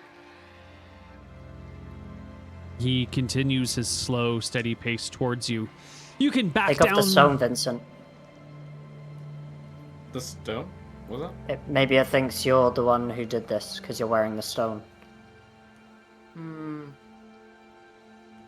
I full out run. You just run through the city streets? Yeah, I book it away from this thing. Okay. Other party I members. think we're running, yeah. Yeah, we run. Wait, I run as fast. Yeah. I follow leisurely. No, I'm kidding. I'm keeping up. Okay. Vincent is unencumbered. The other two of you are lightly encumbered. Your armor, your weapons, Vincent's bag, Vincent's boat, Vincent's gold. It weighs you down as he flees through the streets. The phantasms around you are like a city of people. It can be hard to kind of keep an eye on the one that was behind you. And multiple times you think he's gone, only to see him there again, sort of walking in your direction. Why would you do this? What did we do? We just wanted to live our lives. It doesn't seem to be teleporting in front of you. It doesn't seem to be doing anything other than pacing after you. The two of you following Vincent. Well, Vincent, I imagine you might slow down to allow your encumbered allies to follow, or are you getting away? So the first is to make sure that I'm going to call it a revenant, even though it might not be. The revenant doesn't catch up to me, or hopefully to us. Is this revenant keeping pace? No, it's walking at a normal pace. So when you run, you're running, 3 times its walking pace. Okay, good to know. I'll, as I, slow down a bit, seeing that it's just walking leisurely at us, I'll keep shouting at it, no, it wasn't us, and I'll keep trying to convince the Revenant, presumably futilely, but I'll try anyways. Yeah. You quickly outpace it. Your friends catch up to you. Your minions catch up to you. You guys can stop and talk, but if you stop for too long, it will appear through the crowd once again. Can you hand me the stone, the amulet, and just see if it targets me? I fear that if I hand it to you, you may be paralyzed for a bit. You haven't properly attuned to this thing yet. Fair. Okay. I'll shout out to Revenant. Tell us, we'll find this person for you. It wasn't us. I point. It was him. We will find this person. It needs to make a check. Are you always trying to escape responsibility? You can't ignore the things you've done. You can't hide away the past. Look what you've done. Look what you've done. Who do you think I am? Do you think I'm Veswick? It's not me. I don't care what you call yourself these days. I know who's responsible. You. It rolls off you like waves. I can feel it from far away. It's you. I'll always be able to feel it.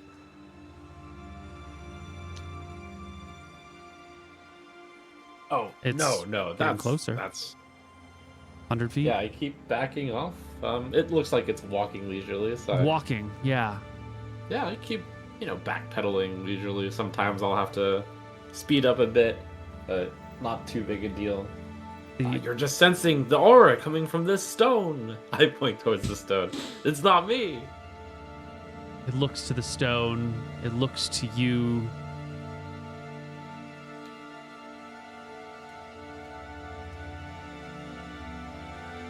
When you kill this many people, we remember. We don't forget. We don't move on. You find yourself getting near the great wall that runs around the city. It's damaged in many places. It could be climbed over and out of if you get to the right spot, or you could find yourself cornered between high walls and unstable stones. There's not infinite space to back up since you're not familiar with the layout of the city, and these old cities are awkwardly built with narrow streets and passageways and sort of organically structured and leading with lots of little passages and tight ways which have long collapsed and formed dead ends now.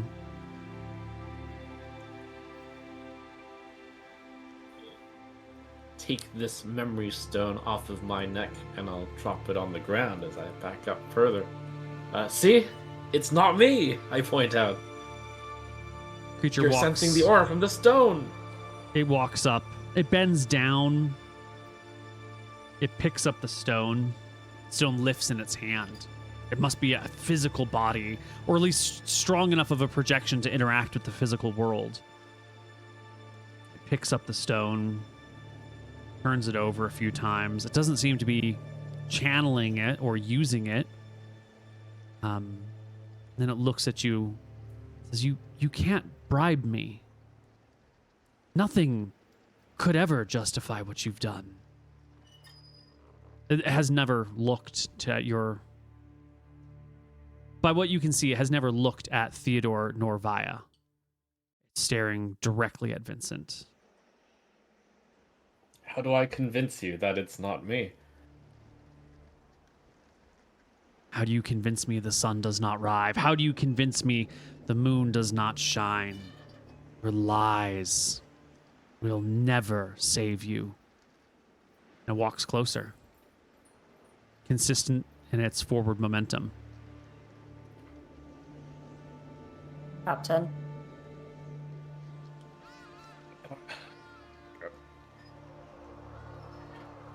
I nervously say, well, this is very sad. Stab it. Stab it! Stab it! I pull out I pull out my sword.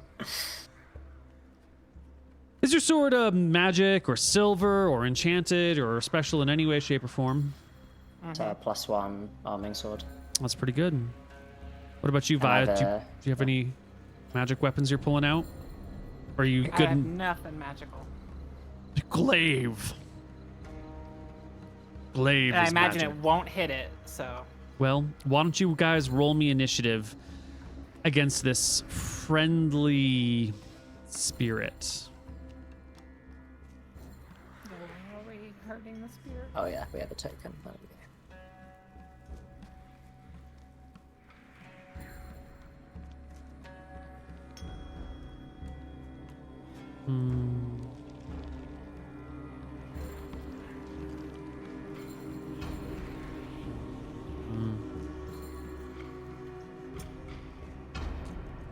Token for you.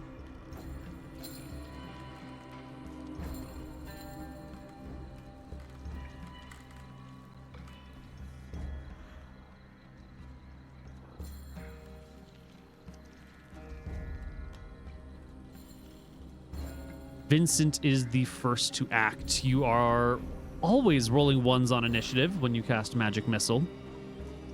Incredible. Absolutely incredible. You're six? Level 6? Level 7? Level 6. I think that's 3d4 plus 3. That's right.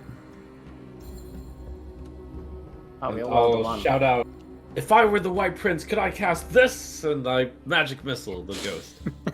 Your magic missiles rip through the ghost. It fades and disappears entirely. It had very few hit points, it seems. The memory stone drops out of its hand as it fades away, landing in the dust at its feet. Okay, I'm gonna pick it. You retrieve it. The other spirits around you and this corner of the city that you've gotten to are fewer in number. The ones here are not so much running from something. There's a couple standing near a wall. That used to have a door in it, and they're standing like at where the door would be, looking like they're trying keys in a door and unable to open it before they look up, give one screech, and then their phantom images just disappear.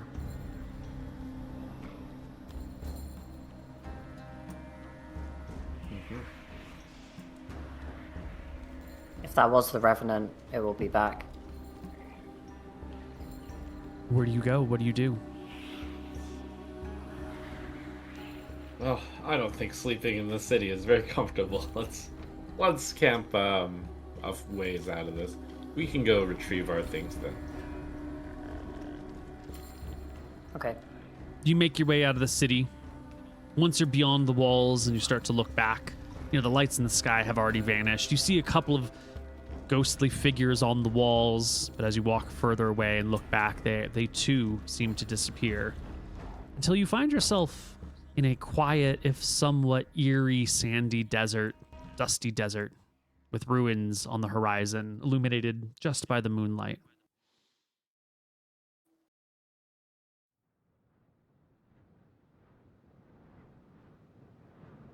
And the rest of your night passes peacefully. That city certainly has a lot of haunting memories. If we were to give a percentage of the city we've explored, about how much of it have we? Single digits. Oh, very good. Low single digits. You could Wow, probably so this- explore the city for months.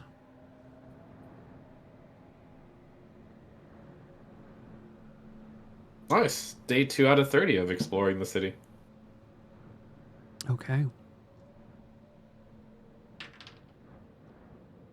Roll me a d20. During the memory, I had asked if the ghosts looked like they were dressed in any particular way. I want to go after the nobility or the mages. Mm-hmm. Like, You want to if find there were any hits. buildings that might have been more impressive in former years. Yeah. Excellent. Yeah, roll me that d20 and we'll figure out what we got. Okay.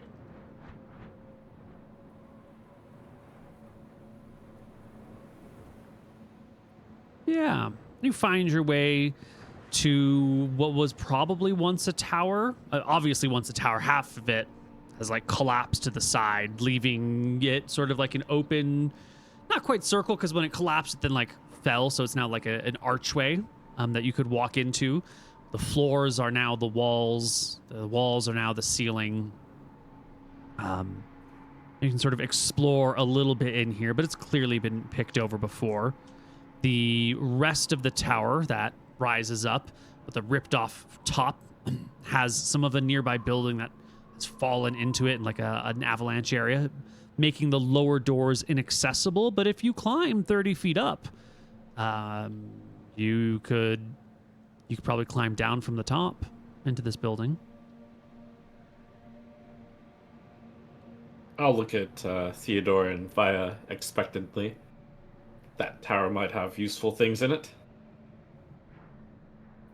I dex check to get over it, and I think I fail.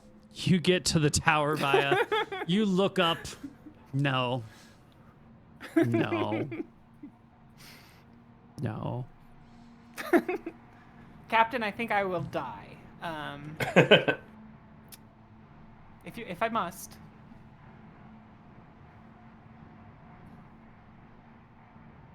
What about with rope? Well, you could try and scale it. It is a climbing check. It should be a D100, but a D20 is just a D100 divided by 5. So it would be a D100 to climb it. Low is good. High is bad. Did you say just 30 feet up? Yeah, it's just 30 feet. It's like a 1-story building, right? 2-story? 2.5, something like that. Yeah. We've wandered through the city a bit. It seems like a ladder would be really useful. Have we found anything that kind of resembles one? No. If there were any ladders in here, they were probably destroyed by whatever fires burned everything down around you.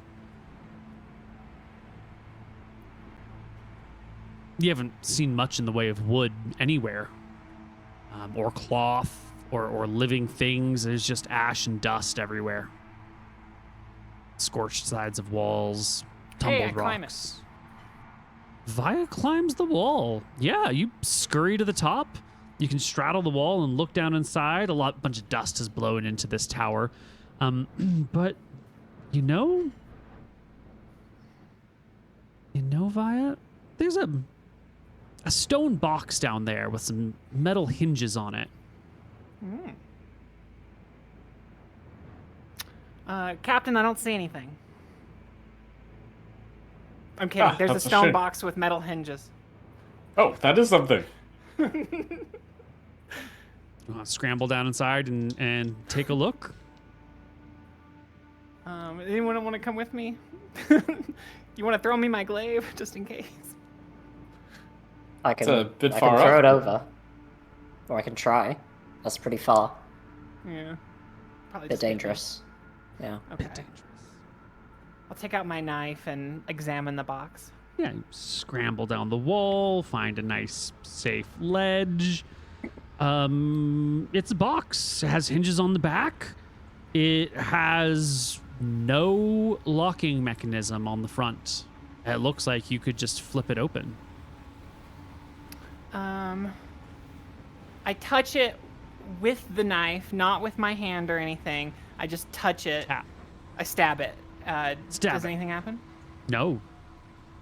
I mean, your knife hits a stone box. I stab it like 5 times. Stab, stab, stab, stab. You guys can hear the sound of stone clinking on steel, but it's fine. It's just a box. Are you okay?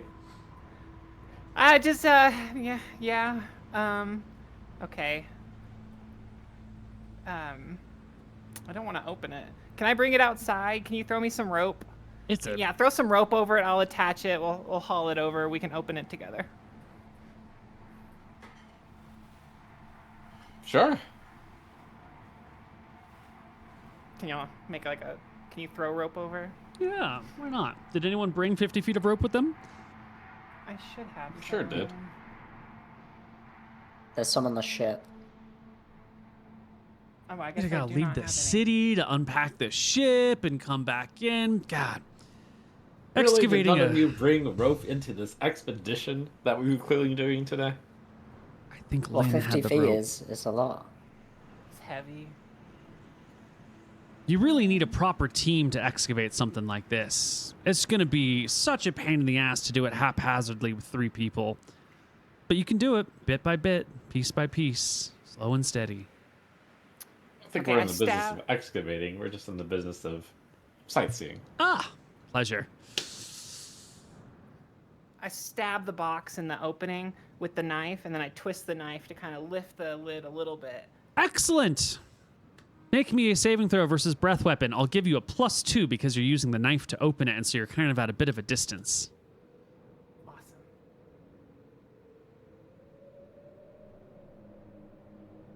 One second, we're almost there. I was saving throw, breath weapon. Initiative. Close. There we go. Ooh, even with the +2, it is no good. Now, is this D4 +1 per level, or is this D4 +1 per level? Ah, it's +1 per level of the caster.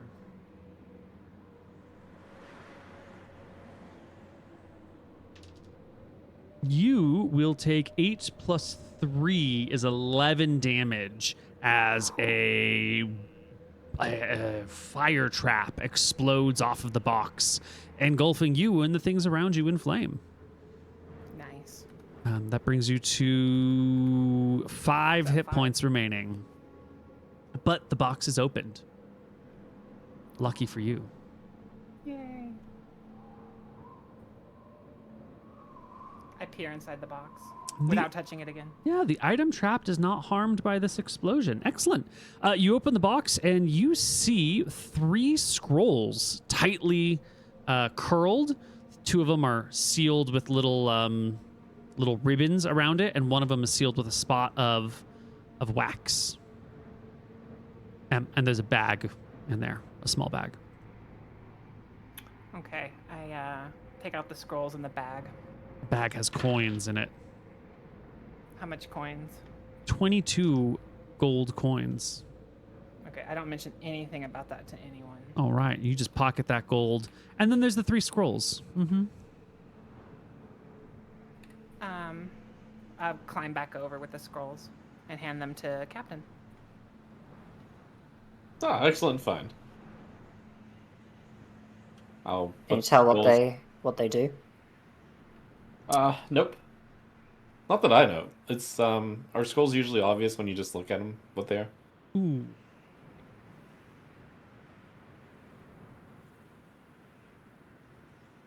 I need read magic. I do have read magic, if that helps. Not prepared today, but Captain, you got anything? I'm at low health. I took a nasty hit.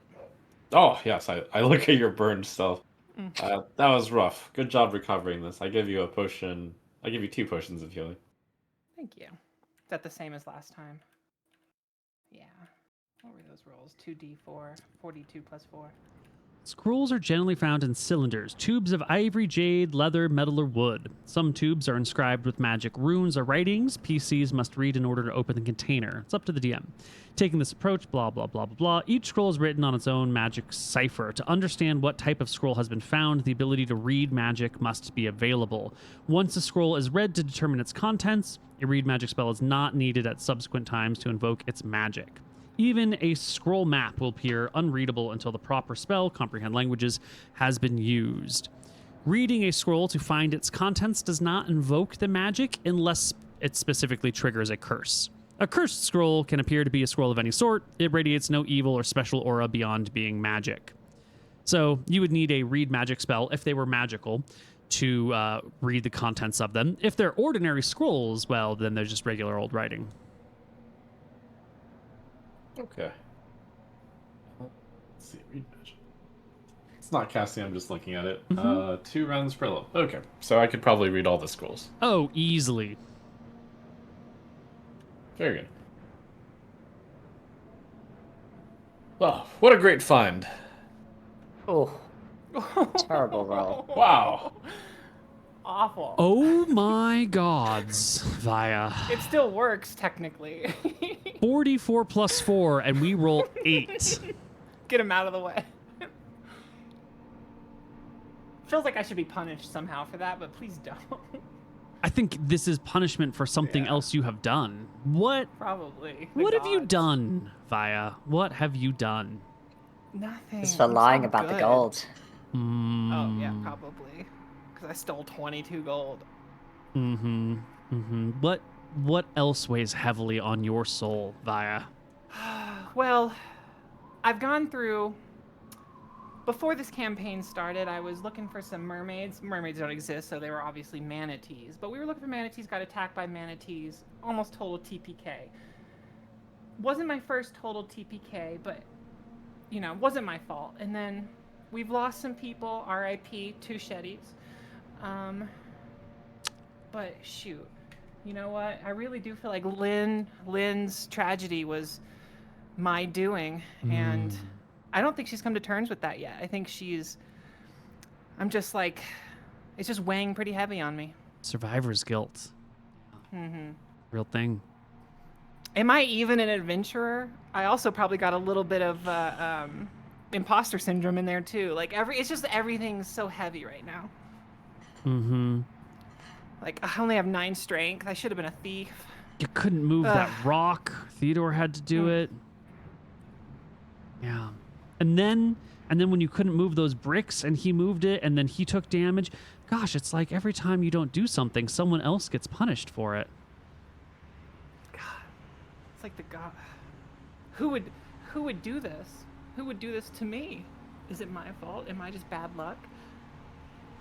You destined to suffer, or is someone seeking vengeance on you, or are the gods even real? Who would seek vengeance on me? is this a thought you vocalize? No, probably not. Best to keep what do you call them? Intrusive keep my thoughts. Insecurities just down in my, just deep in Just my. bottle that shit up, yo. It's fine. Just keep it real bottled. I'll compartmentalize it. Like, here's my tragedies. Here's the job I have to do. Here's the money Vincent pays me. Here's the 22 gold. It's all separate. All right. Well, loot from this tower discovered. Unless we want to keep exploring the ruins of this tower.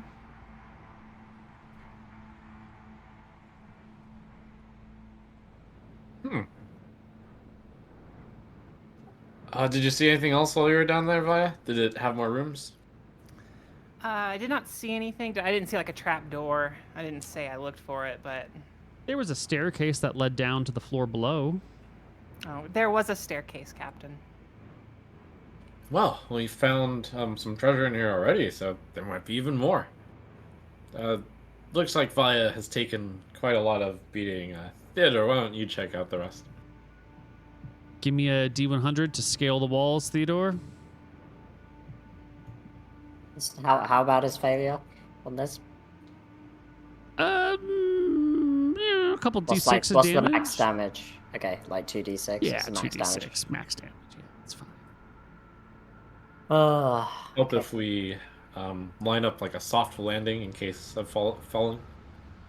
What sort of soft landing could you create? We've got our we've got our camping gear, so like bedrolls. I do have a bedroll that I've been carrying You around. can line up some bedrolls, and if he falls onto the bedrolls, it might mitigate some damage. It can't hurt to do it. Cool. But he's gonna Set up pass his a check soft anyway. landing.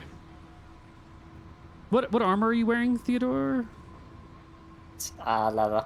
That's a pretty bad check. It's not great.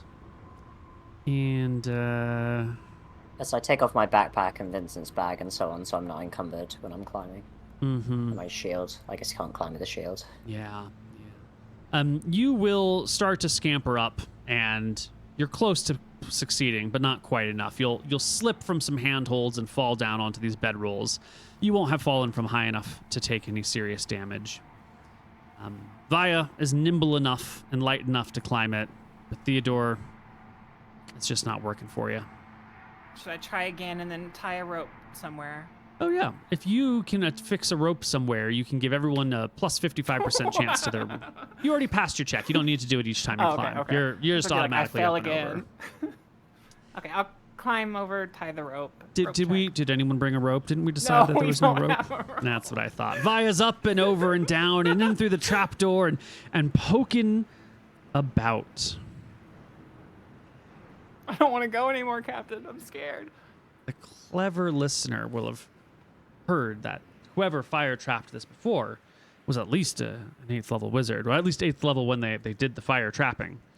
And that's a powerful spellcaster. As you descend to the lower level, the ground floor, staircase comes down. You see a great statue of a creature holding a sword in its 2 hands. And as you descend the stairs, the head of the statue turns in your direction. I immediately leave. I will need you I immediately to roll leave. me I'm an back initiative. over the stairs. I didn't even say I was Overall. going down, technically. You inferred that with my silence. All right. You said You initiative. really ought to speak up for yourself then. I should. What a That's my failure in my... You might be cooked there. I roll with a dagger, so it's a little faster. playing Counter-Strike in your Okay.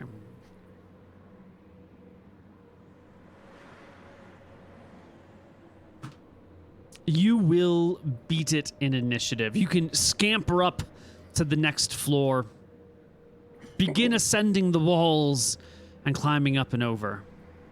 At the top of the wall, I want to sit and listen. Do I hear anything? Of course you do.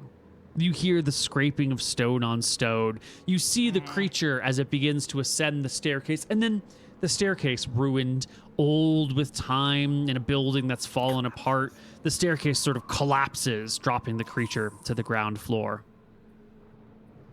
Okay. And then I you hear the sound of it pounding on the stone wall of the tower. Oh shit.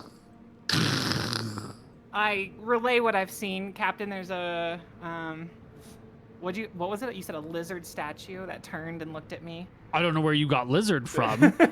A statue holding a sword.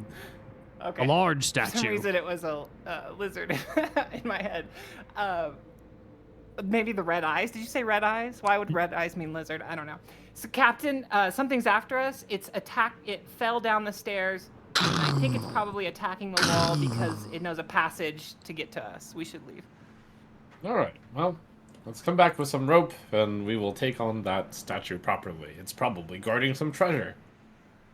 It might break through. Bursts through the Yeah. section of the wall. The party sees it in the city. I'm going to need everybody in the party to roll initiative now. Vaya, you're still up atop the wall. I think you don't have a shield. Well, you never carry a shield. Your weapon is on the ground down below. I got the knife in my hand for speed. Great.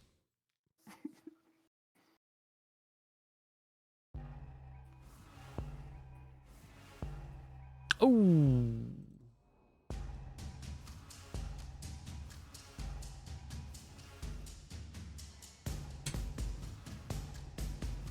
ancient ruins are filled with treasure that's just lying around waiting for you to take it.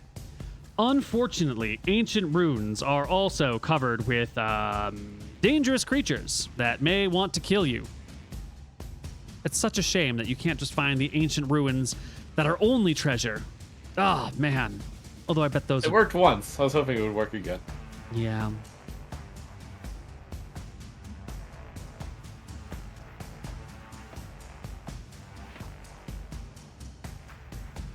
That looks pretty big now.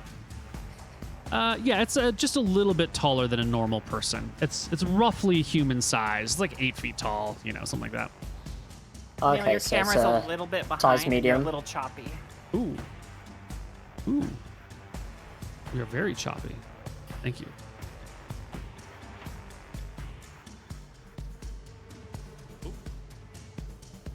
Ooh. Uh-oh. There we go. It hasn't been too long. Fixed. Just like the cat. Let's see.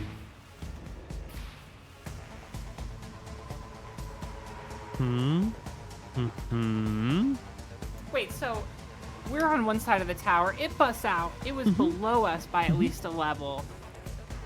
Yeah, it's Is on it ground busting floor. out? Okay, so it's busting out like the other side from where we're at, so it has to go around the tower to get to us? No, let me do a little doodle here. Let's get us all on the same page. So there's this big circular tower, right? And there's like some rubble that has flown into it from other buildings nearby, blocking off this whole section near the tower. And there was a staircase that you would come down from the second floor of the tower, right? And the tower's got like crooked walls or damaged walls. So Vaya was, let me put all these on the top there. Vaya was atop the wall, and these others were outside the wall. You had gone down the staircase, saw the thing, came back out, climbed up.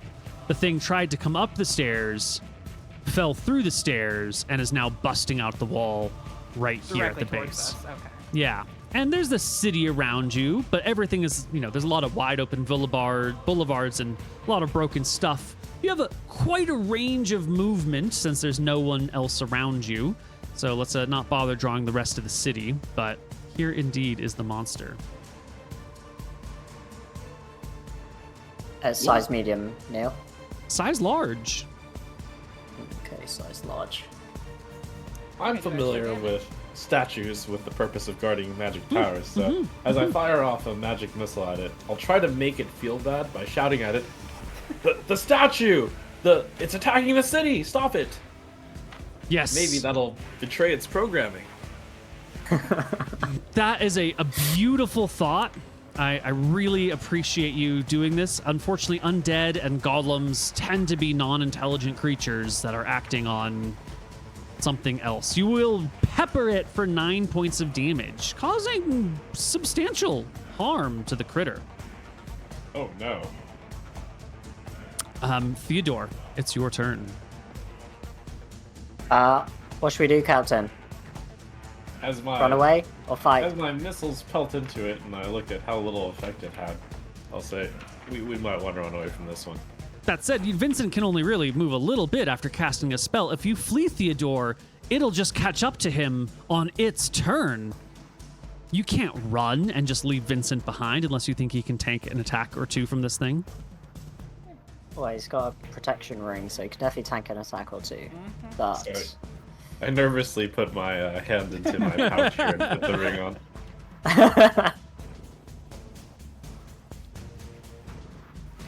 What do you do? I don't want to die. Do you want Vincent to die? That's just as bad. Is it? Yeah, For it him. is. I shouted Vaya, we'll lure it out! Go grab all the magic treasure in there!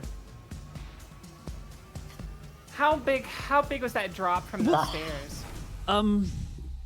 This from where you are to the staircase is not very far. It's like 6 feet. Easy peasy lemon squeezy. Down to the ground from where you're sitting, probably like 25 feet.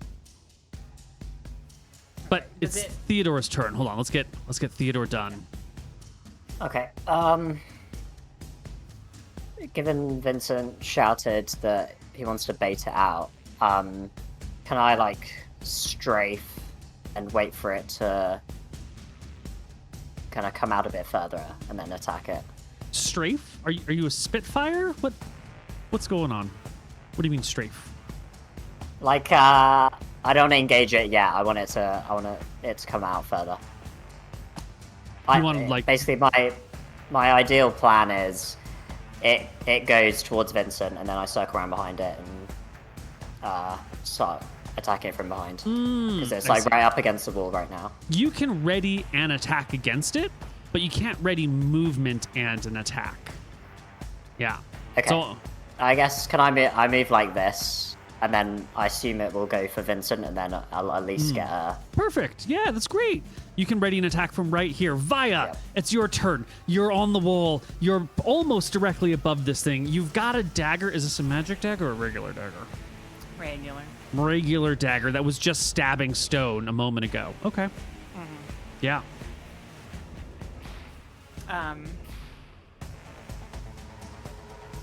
Well, I mean, I want it to move farther, right? So,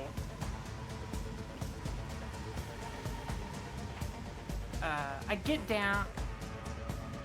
Let me just wait up here one more turn and see if they can kite it out farther, and I'll do what Vincent said. Excellent. The creature takes its turn. Brrr, it goes right to the closest fiend, the closest intruder, the closest enemy. It raises. It's My attack large. goes off? Yeah, your attack goes off. 16 does absolutely hit it. Yes. Easy. 5 damage. You should roll me a d12 plus 3. Unless you want to keep the 2 Oh. on the d8. I will roll that. 11. Excellent shot. You smash it with your sword. You hack off bits of stone that fall to the ground. And now that you're looking at this, it's not actually stone. It's like very hardened clay, like clay that's been fired in a kiln. Its hand comes up and its hand drops down onto you. 1d20 plus 11. Is a 27 is a singular hit. Oh no.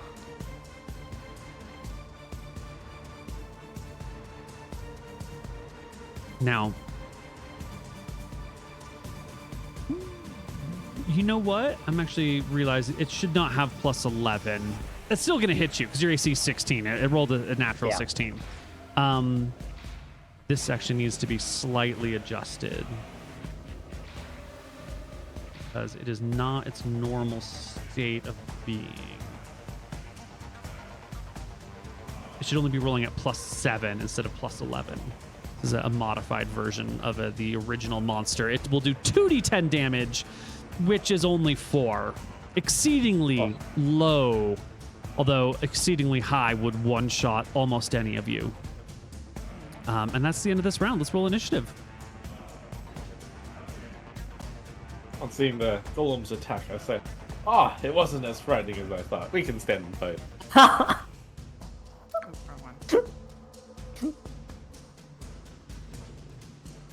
Excellent. You love to hear it. It's a great attack, Vi. I'm so sorry that it was spent. Yeah. Wrong click. It's okay. Got it out of the way, though. Got a win out of the way. Yeah, Theodore, it's here. It is taking damage from you. Well, Captain said keep fighting, so we keep fighting. Yeah, roll me a roll. I swing at it with my sword. 18. Excellent blow. D12 plus whatever. 13 damage. You're doing great. This is tremendous damage. This ancient golem is nearing death. Via, way up top. Creature clearly distracted. I'll climb down and pick up my glaive. I imagine I can't do all that and attack in one round. Climbing down 30 feet, well, 25 feet. Pick up the glaive. No, it's Maybe right I next leaned it to against you. the wall. Yeah. Yeah, I think that's fine. If you don't have to, you're just climbing down. Like you hold on, lower yourself a little bit, a couple of little bricks, and then drop to the ground. Glaive is right there. You don't have to run after it. I think it's fine. Nice. That will yeah. critical the monster in question. And double damage because it's large. Well, double damage plus because it's critical, Yeah. but Okay. regular damage because it's large. Doesn't glaive get extra for large? I might be wrong. It might, but it's definitely not double. Page 69. This weapon inflicts double damage against the creatures of L or greater size. Excuse me? Although this could be wrong because we're playing 2.Neal. You're right. Glaive does have a little 1 next to it. This weapon inflicts double damage against creatures of L or greater. Oh, charging creatures. Charging. Oh, did I? Didn't. You missed the critical word. That's like that defines my entire existence. Darn it. Missing the critical word. Yeah. Yeah. You do get to roll double damage, though. So if you normally roll 2d6, please roll me another 2d6. 19 will crush through the creature. It crumbles to ash and dust around you. Little bits of broken pottery lie on the ground. This sad clay golem that has been fired in some sort of hellstorm is done. I was lucky. Could have killed any one of us. Yes, good thing that thing had lost a lot of its power due to aging over time. I say I'm looking at Theodora's wounds. The ones at magic school were usually stronger than this. Ow, this is bad damage. That would have been fine. Not for me. Is it using a weapon? No, Like what? it had a stove, like a weapon that it like turned, but then it was just like bashing with its hands. The weapon seemed decorative. You can check the rest of the tower, and there's nothing left in there. The ground floor is just an atrium, just an entryway. Nothing of value, nothing of interest. Well, who knows what sorts of other treasures await in this city, I say cheerfully. Cheerfully. Did you hear that? Cheerfully. You sure we shouldn't head back, Captain? Get We've some only rest, get explored a another crew fraction member. of this city. But we're both injured. Do you have any more healing potions? I do, but we will just make sure not to encounter any more enemies. He just wants all the XP to himself from the dragon. Which is rude, by the way. There's nothing living inside the city other than magical contraptions. Other than. One intruder, perhaps. What about the Revenant? Oh, that thing was fallen with just a single magic missile. It's no threat. Okay, Captain. Where to next? So we will begin a systematic approach to the city since it's so large. We're only going to go after the really important looking buildings. Yeah. So you survey the city. You can find 4 buildings that look important. One of them you've already been in. One of them is a large monumental structure that is mostly crumbled and destroyed. That was that basement that you went into where you found the gold bars and the person and where you tried to camp for a night. There might be other entrances to different parts of this building. You've only found the one way into this sub-basement area. The whole thing, really looks like the world's worst earthquake came through here and destroyed everything. There might be other entrances. The other buildings of note here, not including the tower that we've just entered, So you there said is earthquake, but I got a different impression from the night vision. Yeah. It looked like something really big dropped on the citizens. Yeah. Okay.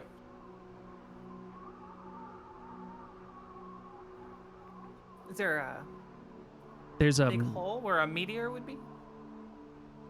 You can't see Meteor it from makes the sense. ground, but maybe if you were flying in the Crater. sky, you could see such a thing.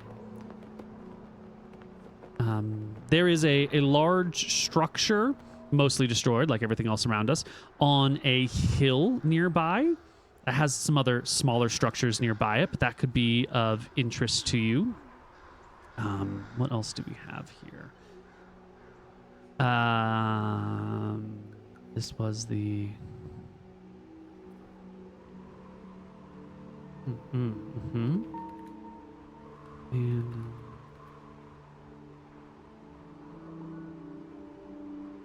And two other large buildings that look... Well, they're hard to tell from the rubble. They don't seem to have, like, fortifications. They don't have...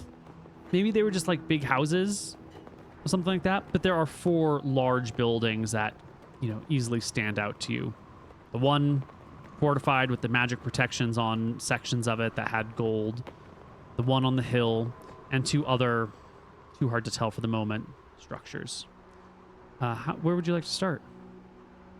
Okay. We'll go for one of the large buildings in the city. Okay. Via Adder. Would you roll me... I need a D...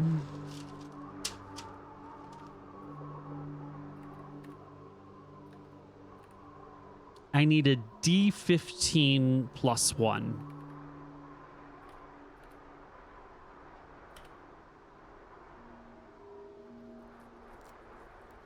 Going for low, so that was good. Oh, good. Good. You come across one of these large buildings in the middle of town. Like all the others around it, it suffered great destruction and calamity. Sections of stone walls fall on the ground. Hard to see anything, but the pile of rubble can be ascended. And as you climb all over it, you do see a section where there must have been a courtyard in the middle of all this, because there's rubble, and then like it gets low and deep, and there's this courtyard that has like a step well in it.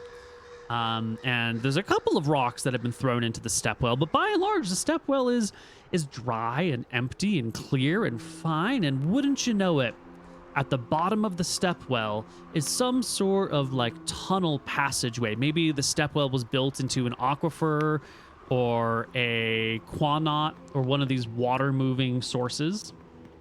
There's a tunnel in the bottom of this dry step well. I'd Nice. point out the tunnel. This is likely where a rich family would have fled. I'll take point, I say, and I'll head on down. You head down. The tunnel passage is narrow. It's maybe 6 feet tall and maybe 3.5 feet wide. You definitely can't swing swords in here. You would have a hard time throwing a dagger in here.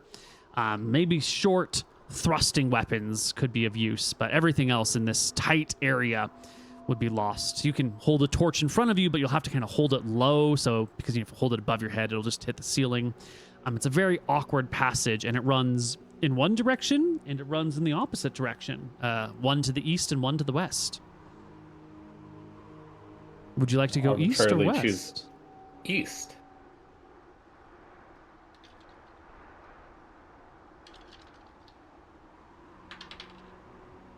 Splendid. You travel east through this area. What's your light source? Lantern. Ooh. Who has the lantern? Do you carry a lantern? Me, yeah. Oh, so useful. The tunnel continues until it reaches a place where the ceiling has collapsed and rocks have fallen down. But what has collapsed is a room that was simply above this. A stone floor has fallen in, and the tunnel itself is filled with junk. Maybe you could excavate it, but you have gained entrance to the room above. Ooh, I shine my lantern up. Anything cool in there? Stone ceilings, lots of archways, lots of decorations. It looks well manufactured. Do I get the sense of basically wealthy family looking at this? Probably. I mean, if they got a stepwell and a courtyard, and this could definitely be some sort of wealthy family's room. Very nice. I'll examine the room for valuables, and then we can start exploring the, I'll call it a mansion. Love it. You enter in. I want to pull up my handy dandy secret notes on this section. When players enter, they all die. Singular note. I just want campaigns to have memorable endings, whatever they are. As long as they're things that we had fun with, I'm okay.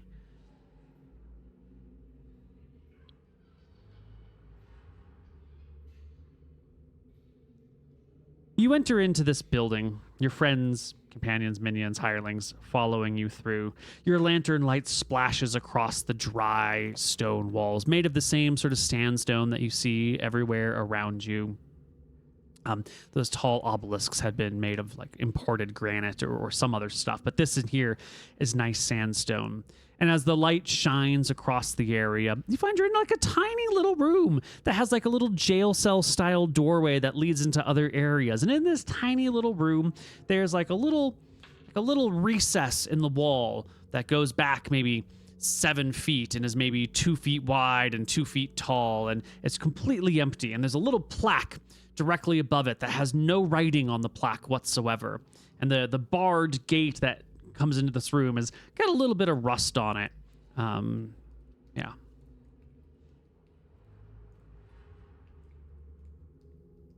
So particular. There's nothing inside this. Well, there's this little... Canteen? Yeah, there's this little the slot in the wall, which is completely empty, and the doorway that leads into the rest of this internal chamber. Great. Into the doorway and beyond. Party enters. You find you are at almost at an intersection, a 4-way intersection.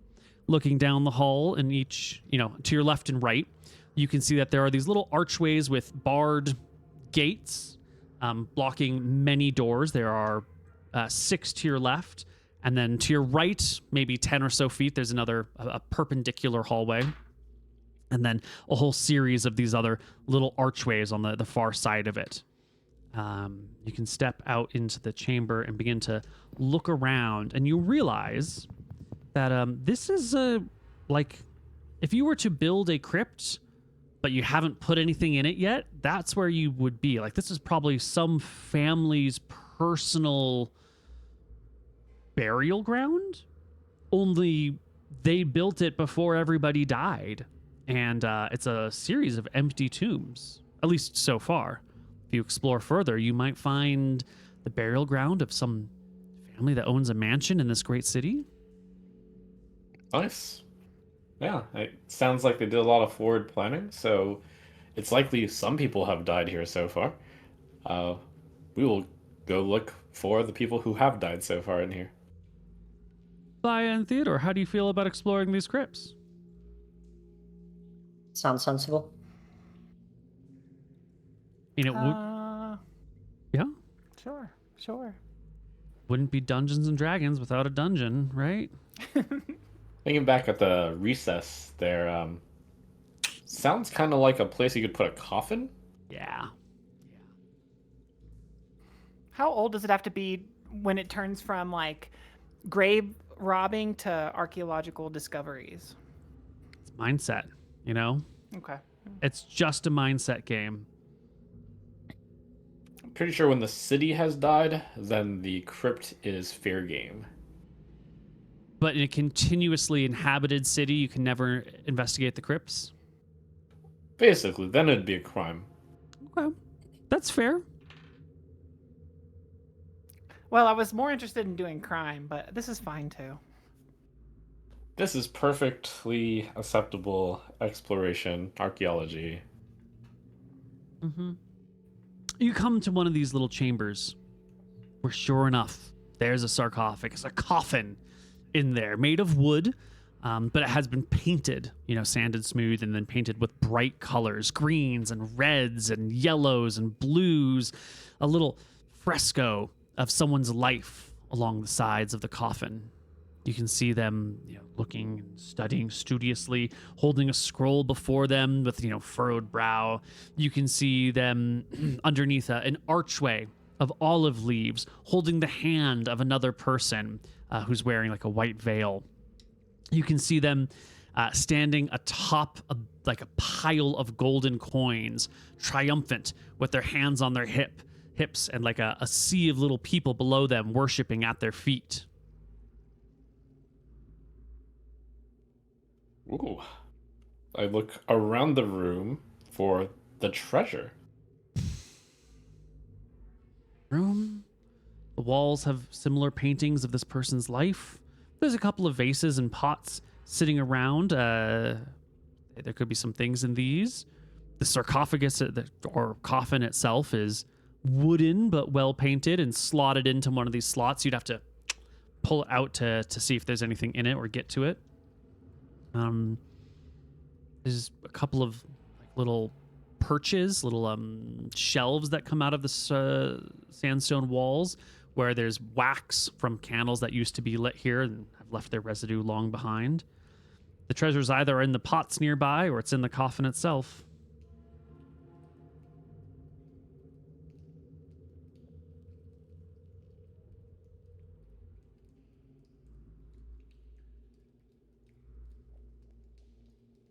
I go and look at the pots. Yeah, they are ceramic vessels with beeswaxed lids. Would you like I take the time to unwrap it like we did in the crypt. So respectful of the grave robbing, treasured finding. So respectful. The first lid comes off, and sitting inside, you can see some sort of powdery substance. You'd have to reach it out and lift it to see if it has maybe it's like a myrrh or some sort of incense. Maybe it's anthrax. Who knows? It's some sort of powder. Yeah, I stick my nose to the edge of the pot and smell. Is it spices? You give it a whiff. Roll me a d20 at +6 and roll very, very high. Roll higher than your poison saving throw. Oh, boy. That is not good. That is not good. A +6 is a really good bonus to a save because you just sort of whiffed it just enough to get a little bit coming up into your nose. However, a little bit in your nose is a bad thing. You find yourself your eyes begin to water, your nose begins to burn. Nothing has taken effect yet, though. You take no damage at this point in time, but you can feel the great pain as your nose burns and maybe begins to bleed a little bit. You sneeze repeatedly. I don't feel so good, Captain. Theodore, do you feel randomly energetic and your ego is 4 times the size? No, I feel terrible. Okay. Do you have anything for this, Vincent? He left. My He's gone. computer seems to Captain have left. crashed, but I did hear everything as my computer was crashing. Oh no. Well, let's see. Should we take a break? Can't even make it. Well, I think Probably good time. we're very near to where we should probably just end for the session. Do you have any last words, and we can come back next year with the thrilling conclusion of the mansion's dungeon? Oh, that is good. I'll make a quick medicine check on Theodore. Ooh. Okay. Let me open your character sheet. We'll have Theodore roll it for you because you can attempt to treat wounds, healing, and herbalism. Let's just double check the rules on these before we make the rolls. Yeah, he just dropped off the call or the Zoom. The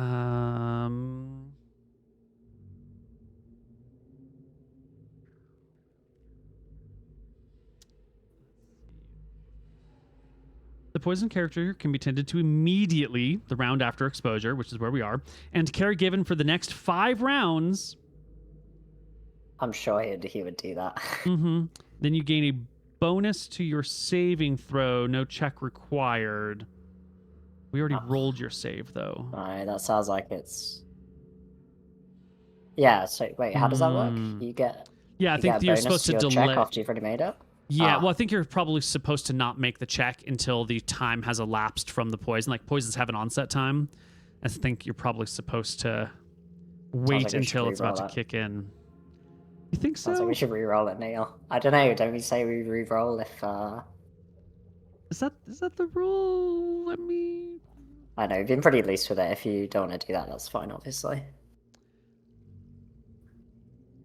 Oh, only characters with healing and herbalism, which he has, can attempt the same treatment for poisons that have been swallowed or touched and ingested in this situation, which is exactly what we've got. Character uses healing to diagnose the poison. Herbalist to prepare a purgative. And also prepare natural plant poisons and purgatives. Exact strength of such poison based on poison. Okay. Yeah, a purgative is a little bit better. Let's just have you re-roll that. Instead of +6, we'll do it at +8. And we'll see how we fare, Theodore.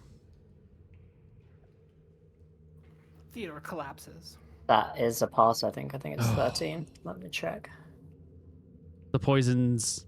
Yep, 13. 13's your number? Okay. You take... Extremely lucky. You will take 8 points of damage from this poison. Yeah. That's some damage. Yeah, that's half of what you would have taken. Well, the dies are halved.